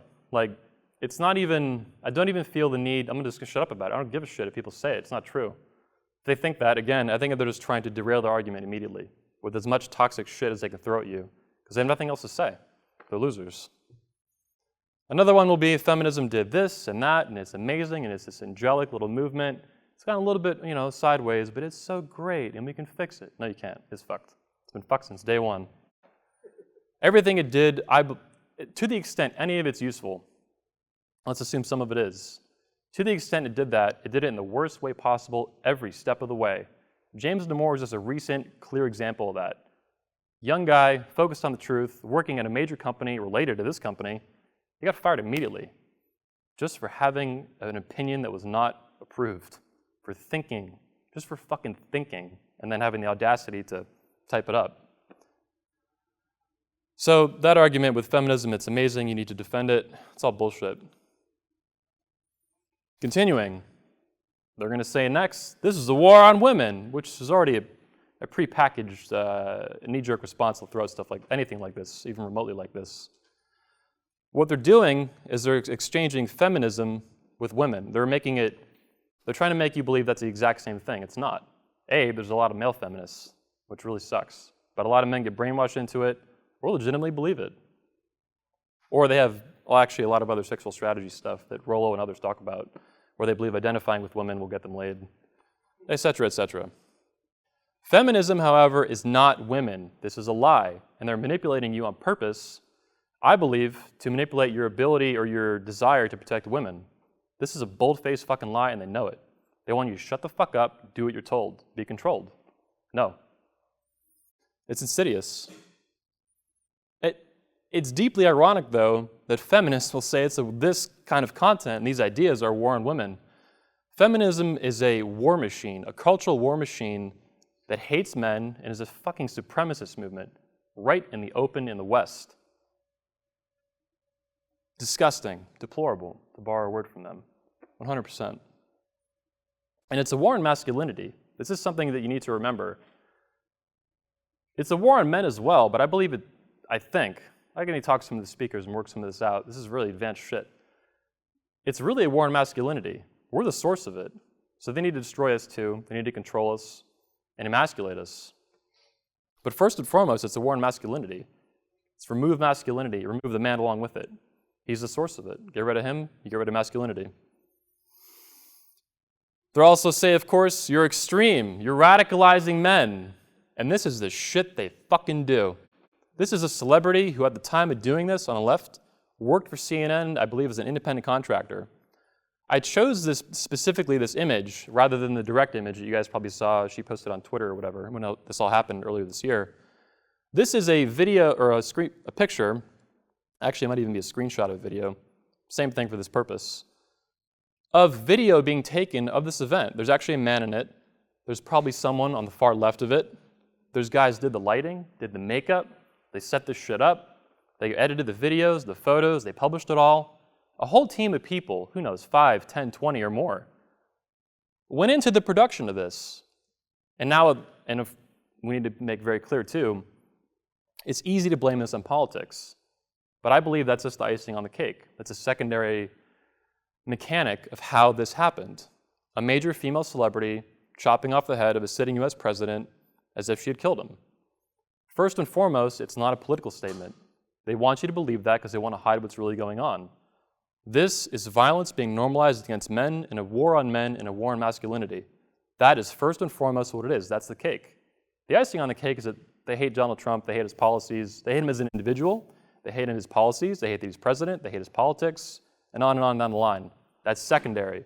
First and foremost, they hate that he's a fucking man, and he took Hillary's turn, or her turn, more specifically, her being a broader use of the term.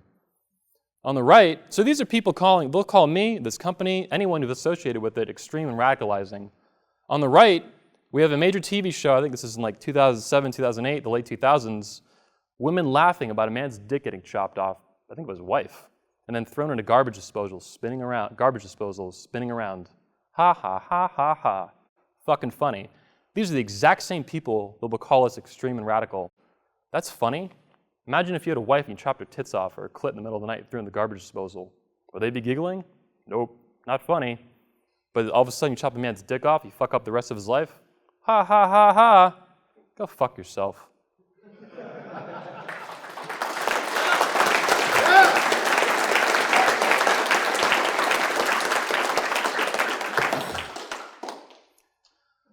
A big part of what this whole presentation is doing, and the change that I'm making in this company, and I hope in the manosphere and in the red pill and so on,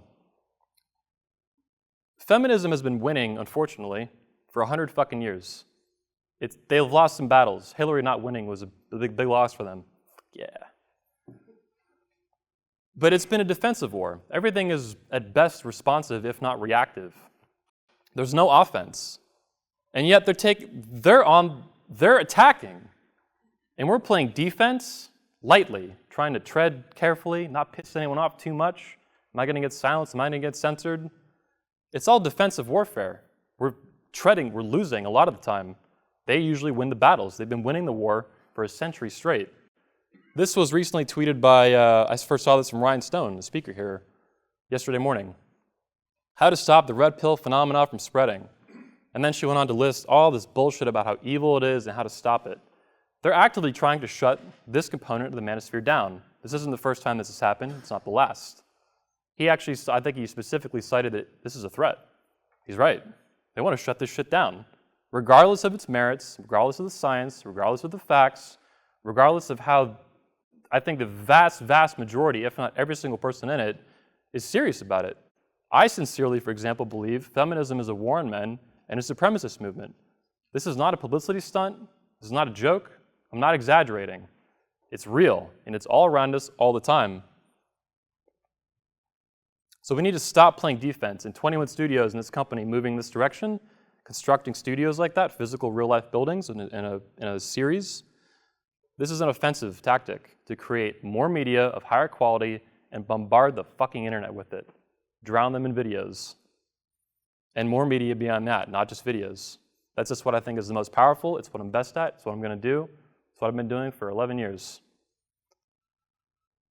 It's not just the red pill, though, right?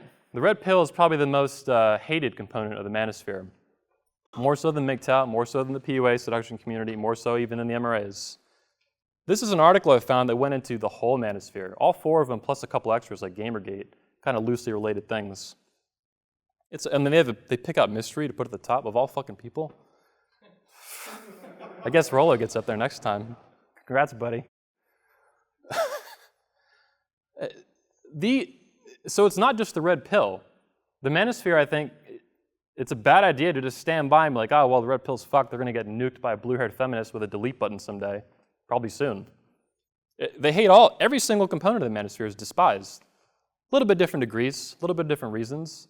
It's all just seen as toxic shit by truly a bunch of female feminists and male feminists that are truly toxic shit. A cesspool of it that's just been building into a snowball of shit for 100 years. I want to also make clear again with the not a publicity stunt, don't give a shit about that. I care about what we're talking about. I care about the issues. I care about the long-term viability and health of the West. This is the 10-year anniversary of this company. I've been doing it, running the company technically for over 11 years, 10 years of the event. What we're talking about is, like I mentioned, thinking big in decades and generations. This is a 30-plus year war. Feminism took this long to get this toxic and this shitty. Had a horrible origin and has now exponentially gotten worse over time. Every wave, every decade, every year, every law that changes, and everything related to those issues. To fix this is not going to happen overnight. It's going to take a hell of a lot more than Donald Trump being president, or anything even remotely like that, which is a big change in this country, a big impact, whether you like them or not. So we're talking generations. And specifically, I'm working to build a future to leave to my grandchildren where no one anywhere will have firsthand knowledge of feminism. It belongs in the history books as one of the worst social experiments in human history, in my sincere, genuine, deep opinion. And that's what I'm going to do. I'm young, full of piss and vinegar. I have a long life ahead of me if I don't get shot or run over by a bus. And I have a lot of fucking time on my hands. Play videos and host events. I fucking love it. This is the funnest shit of my life. This isn't exactly a rebuttal, but they're going to want to classify, in my opinion, so I'm suspecting this is going to happen. They're going to say, oh, Anthony is anti-feminism. This isn't totally inaccurate. But they're going to say, oh, Anthony's anti-feminism. He's got more in that direction. 21 Studios is that. The Condense that. The speakers are that, if they go along with this. Every speaker, by the way, represents themselves only, unless and until they endorse what we're doing in a specific nature. But if you think this company is anti-feminism and that's it, you're missing the fucking point.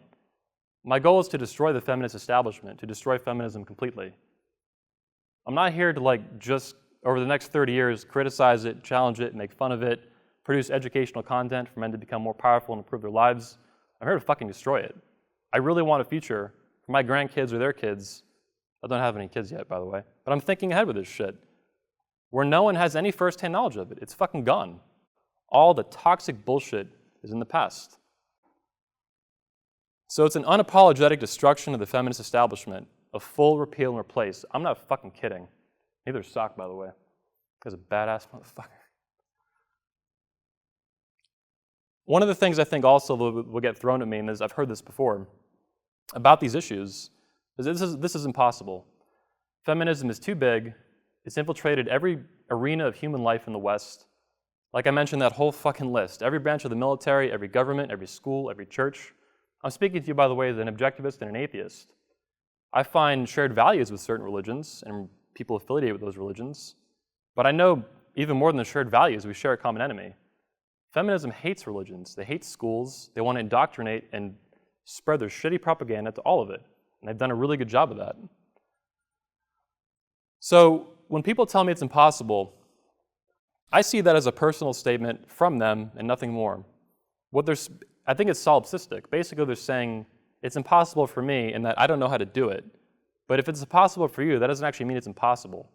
The chance that you took an objective, rational, high-altitude view of feminism over the past 100 years and then came to this conclusion and you're so confident and it's impossible and we're just all fucked, enjoy the fucking, sit poolside, chill out. Hey, at least you're getting out of the way. I don't believe it's impossible. Bullshit. Will it become impossible? Probably. We're probably, my generation, I'm 29, I'm a millennial, we're probably the last chance to stop this. If not, we're fucked. Will we go into a dark age or something? Maybe.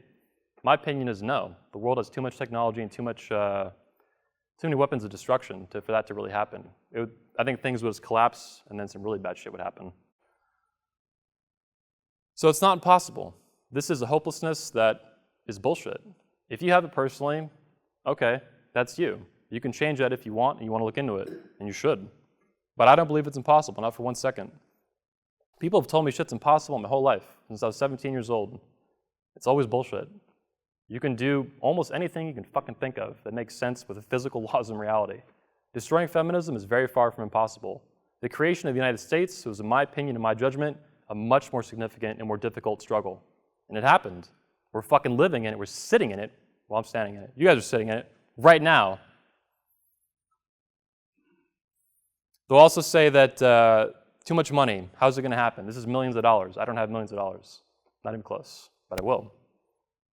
So I'll find her to make it. All I have to do is convince people to give it to me. It's not that hard. It happens, I'm saying it's funny, but I'm serious. It happens all the time. People become billionaires all the time. It's not like really easy. It's really fucking hard probably. But I can do it if I need to. And I believe I do, so I'm going to do it. It's that simple. Either through grants, investments, or customers. We'll get the money, we'll build this. I'm really young, I have a lot of time on my hands. And a lot of determination. Like you mentioned, I'm a bulldog. And the men I surround myself with, it's not just me. It's this film director. It's Socrates. It's these speakers. These guys are badass.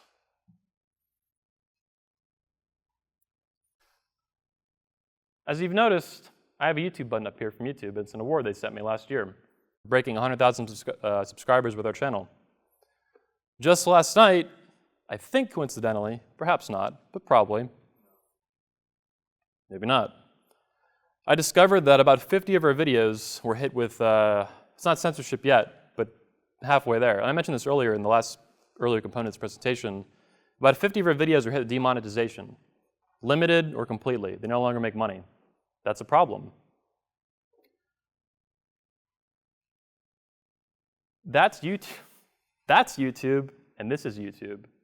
So these fucking assholes want to send me awards for kicking ass and helping their business and my own, and then they want to demonetize, silence, censor, and delete my shit. Well, go ahead, asshole. You're going to do it looking right at your own fucking award. Fuck you, man.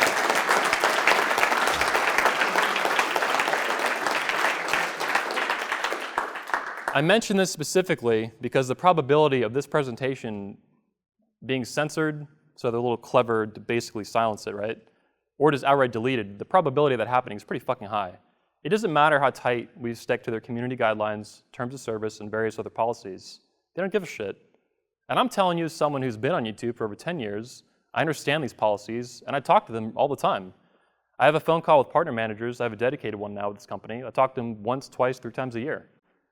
They let me walk right into that YouTube studio in LA without an appointment, and they said, you need an appointment. They were happy to take me in the minute they found out we had a shit ton of subscribers. They're very courteous, very polite. And yet the minute we step outside their approved box of thinking, right, they want to demonetize, delete our shit, and they'll blame it on the sex stuff, right? Some of these are sex stuff, so it's probably, in part or on purpose, a computer doing it. But this is just last night. Next month, it'll be different. It'll be more. It's also more, too. It's not just sex stuff. One of these is a Rollo from a podcast we did. There's nothing about sex in it. It's about Rollo Tomasi, Donald Trump, Hillary Clinton, female supremacy. It doesn't matter what the content is. They'll find an excuse because it doesn't fit their predetermined narrative.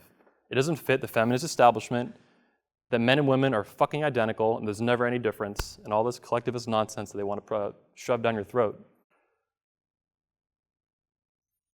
Before ending this presentation, I also want to share something pretty badass.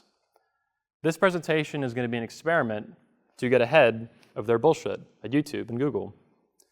For the first time ever, after being published at 21 University, it'll be published under the Creative Commons license.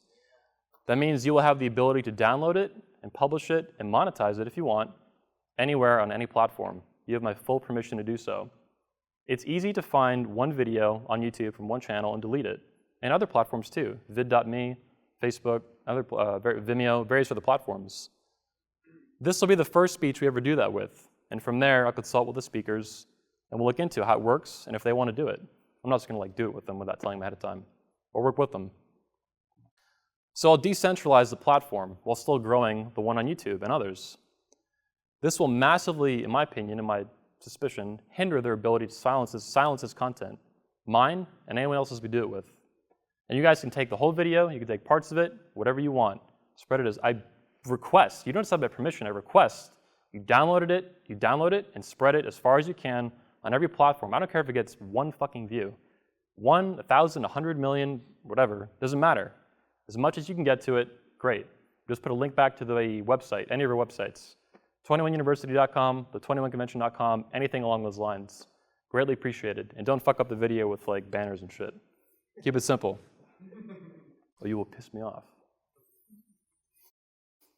By the way, this whole idea, this whole presentation is crazy as hell. I totally realize that. I'm not like that insane. It was crazy in a good way, I think. The fact that it's crazy as hell is also why it's going to work.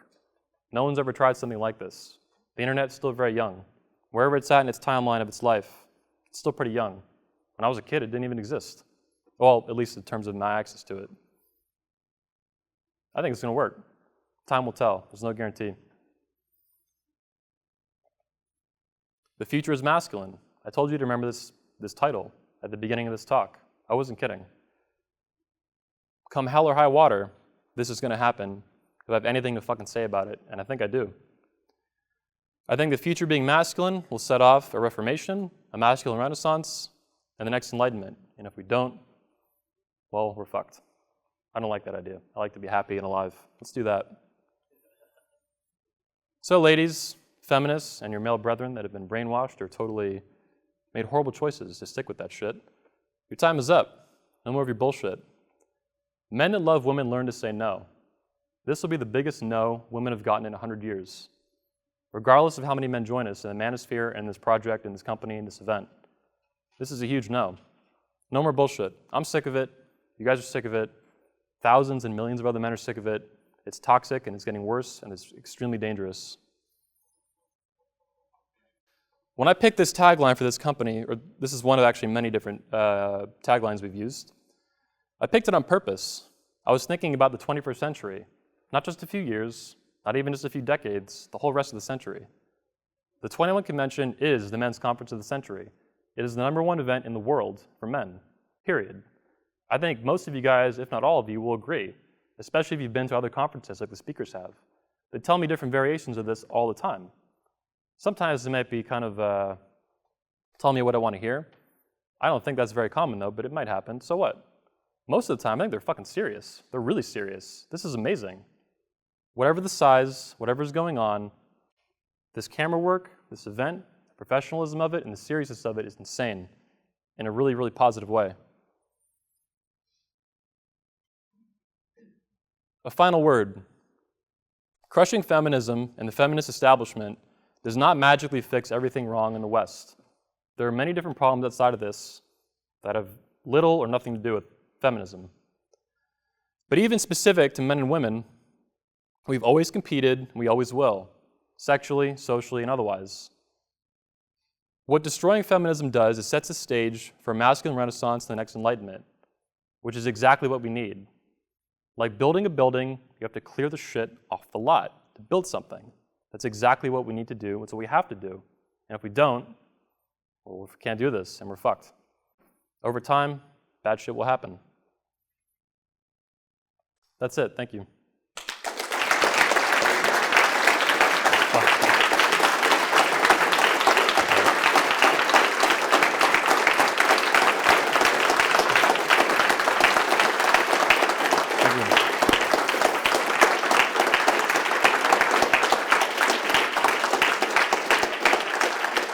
Thank you. We're going to take questions now for a good 10, 15 minutes. Guys, you won't have a mic, so you have to just raise your hand. I or Sock will point you out, and you can ask your question. I'm assuming there's at least one or two. All right, there we go. Go ahead. We're going to repeat your question, by the way. There's no mic, so it's okay. You're good to go. Thank you. Well, it's really a comment. I just want to say thank you so much for taking on this topic. It's very personal to me. I was raised by feminists. I was raised to be a feminist, and I was for many, many years until I finally took the red pill and had an awakening. And so I know those people very, very well. I've been to events like this for feminists, and the people sitting in there are not fit in these chairs. And so, or be able to get out of them, or be able to do fucking anything. This is, by the way, so I'm happy to hear this, but it's going to be hard for me to recite some of this. Sure. I'll try. This is for the guys in this room. Yeah. Like, the reason I think that we can win is because every man in this room is worth 10 of them, both in weight and in capacity, intelligence, and determination. Thank you. Thank you. Okay. 10 minutes, got it, on it. By the way, I think what you're saying is what I was saying, that the manosphere is not the flip side of feminism. They have no focus on self-improvement. There's a whole host of problems with feminism that are ultra extensive. Yeah, so thank you for that. Right here. What's your time frame on stage 1 for the production studio? 0. We're going to skip it. What's your time frame on stage 2 for the production studio? Tomorrow. Awesome. Anthony, to be really honest, even though I kind of brought it up and showed it, I ran it out as kind of a stopgap to say, just my conservative nature, say, take a baby step forward, and he kind of laughed out loud. In that particular case, he's actually looking at 3 from the beginning and an expanded 3. And a lot more concepts than what I just provided, but I think I want to at least give a sense as to the scale and magnitude of what we're looking at. I think it's also terribly unique that as a platform, we're talking about an education platform, not just sort of a news or blogging type thing or just a podcast or a radio, but actually an event in which you can actually film, record digital media and content that's educational, as well as host events and actually bring people together. And I think that element of the human dynamic is essential and terribly unique. And so Anthony's vision is vastly larger than 3. And so the timeline on it is he would like to have done it yesterday. Yeah. We're going to go there in a second. Anyone over here? Yeah, right there. Okay, you explained your mission fantastically. Thank you. Congratulations. So hypothetical, you're 15 to 30 seconds in an elevator up with a man. You got to explain your mission and your purpose. On the way down, you're 15 to 30 seconds in with a woman, and you have to explain your mission. Would they differ? So elevator pitch, up and down an elevator, 15 to 30 One with a man, seconds. one with a woman. One with a man, with a woman. With the women, I'm not really, I don't have much to say. I hope they join us. That's fantastic, but I'm not here I don't believe they're the key directly or primarily to saving the West. Women are incredibly important. We're compatible fundamentally and completely and complementary, but they're not the leaders that are going to save the West. Men are, 100%. I've been saying this since 2010 at this conference on this stage before I even understood why. Intuitively, I picked that up. In terms of a man, I'm here to destroy the feminist establishment. That's my elevator pitch. I have kind of a unique perspective on this. My blog was specifically written for men, obviously by a man for men's interests, obviously with a red pill basis. To date, the majority of my readers are women. So when I sit down and say I try to help people understand and navigate the sexual marketplace, their place in it, to improve the quality of their lives, quality of their relationships, quality of the decisions they make, and ultimately the families they have and the children they raise, it's binary gender. It's for men and women. It's for people. And I think there's an element of humanity associated with all that. And I don't necessarily differentiate between my advice between a man and a woman. I don't treat them entirely as 2 different species. It's 2 different genders. And I think we're vastly more similar than we are different. Where we are different, they tend to emphasize some very unique strategies historically, evolutionary-wise. I think it's terribly important to understand that. But the message itself is similar, very, very similar for both. We could take 1 or 2 more. Matt, and then I'll go back there. So you mentioned at one point in your speech that, if anything happened to you, there's no one that could run the convention. As of yet. Similarly, building a building that's a single point of failure, you put 10 million in that, hurricane something. It's going to be built like a brick shit on the house. other side of that, you've got essentials that you're talking about with this video, putting it out. Do you have any other plans to make the company more anti-fragile? Yeah, so he's asking about the fragility of the company, anti-fragilities, and making it stronger over time. That would actually be specific to damage hitting it. Yeah, eventually I need to train somebody to take over this company if I die or something. I don't think I'm going to die anytime soon, but I could die tomorrow, for all I fucking know. I have enough awareness at this age, as young as I am, that's pretty fucking real. So I need to train somebody eventually. That's not going to happen today or tomorrow, but eventually will happen.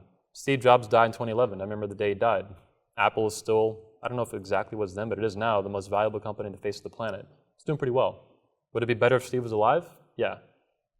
They're still kicking ass, though, top to bottom. So it's doable. It'll happen. Given my age, I'm not in a huge rush to do it beyond the fact that it needs to get done. Yeah, it's dangerous for me, or the company, because I can just die. Does that answer your question? There might have been another part of it, like I'm missing. Yeah, thank you. Okay. Quick, Drew Bay, and then I'm going to go in the back. Thank you. With the building set up, will there be more frequent events? Oh, yeah. Possibility of remote events? Yeah. Live broadcasts? Quick question, I'll answer this. So remote events will continue. I have every intention to do that as long as it's physically possible. At this point, Australia is probably too far feminist to do one in Sydney like I wanted to do. We did one in Melbourne, Australia in 2012. It went awesome. Doing it in Sydney at this point, I think, is dangerous, financially and then in terms of risk assessment. It's not going to happen. And it's going to be a while before Australia is healthy enough for us to go there again, in my opinion. And then frequency, yeah. So a huge point, I went on the more component at the first part of this talk. Yeah, part of this facility, this facility being created is to create exponentially more videos. When I talk about drowning feminism in videos, we're talking about tens of thousands. As of right now, we have about 2,500 to 3,000 on the internet. So I want to get that to like 20, 30, 40, 50, 100,000 and beyond. So more events every month if we can. 21 Convention official. I want to keep it small, keep it intimate, keep it as superbly high quality as I can. But as many as we can fit in a year, and then we'll figure out how to staff it and fill it in, and we'll do all kinds of awesome shit, yeah. Non-stop production. Yeah, and when he says Every non-stop fucking day. production, I think he's going to mean 24/7 as well. Yeah, this is live, I think he's going to run it like a submarine. Yep. You know, it'll just keep going. So. Yeah, totally. That sounds fantastic. George Bruno in the back, then we got to wrap up on the camera, but we'll work something out. What plans do you have to partner or have some type of strategic alliance with some of the new media? Oh, yeah. Like, for instance, Alex has been showing us recently a lot of behind-the-scenes stuff, which is kind of neat. I've seen Christopher Green do a lot of stuff like that. You know, he's bringing on Paul Joseph Watson. He's bringing on a lot of names. How can we kind of hitch a little bit and get a little more mileage out of it? So he's asking about, and we can both hit this, we have 4 minutes, maybe like 3.5. Be safe. You're asking about new media and alliances with new media. This is a new media company as well. It's much smaller than like InfoWars, Breitbart, things like that. I put those there in part, not just to display them. Steve Bannon was there at Breitbart, InfoWars, all these guys. That was bait, 100%. In part, it had other purposes too, but that was bait to lure them in. To the extent I want to ally with them, I have to talk to them and see. I want to be thoughtful with that and not. I'm cautious in politicizing the red pill and the manosphere. Even within the manosphere, there are different political ideologies and things going on.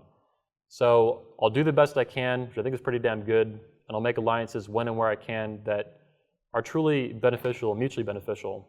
But I also don't want to destroy the history of the manosphere, the red pill, the pickup community, anything like that. So, and given this company's involvement with so many different branches, I gotta be careful as fuck, basically, to be honest. Does that answer your entire question? Was another component? Anything on that you can hit? Yeah, keep it short. One more. Got it. Over here. Anthony, I run a brick and mortar family business in Minnesota. When I made the decision to come here, I did it very tactfully because, you know, for me, if it gets outed that my belief system, you know what they're going to do. They'll dox you, they'll back your wallet.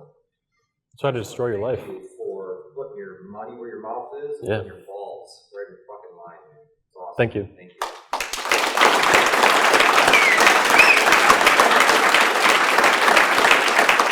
I would like to return the gesture. I'm sorry? I'd like to return the gesture. Thank you for taking the risk for being here. Fuck yeah.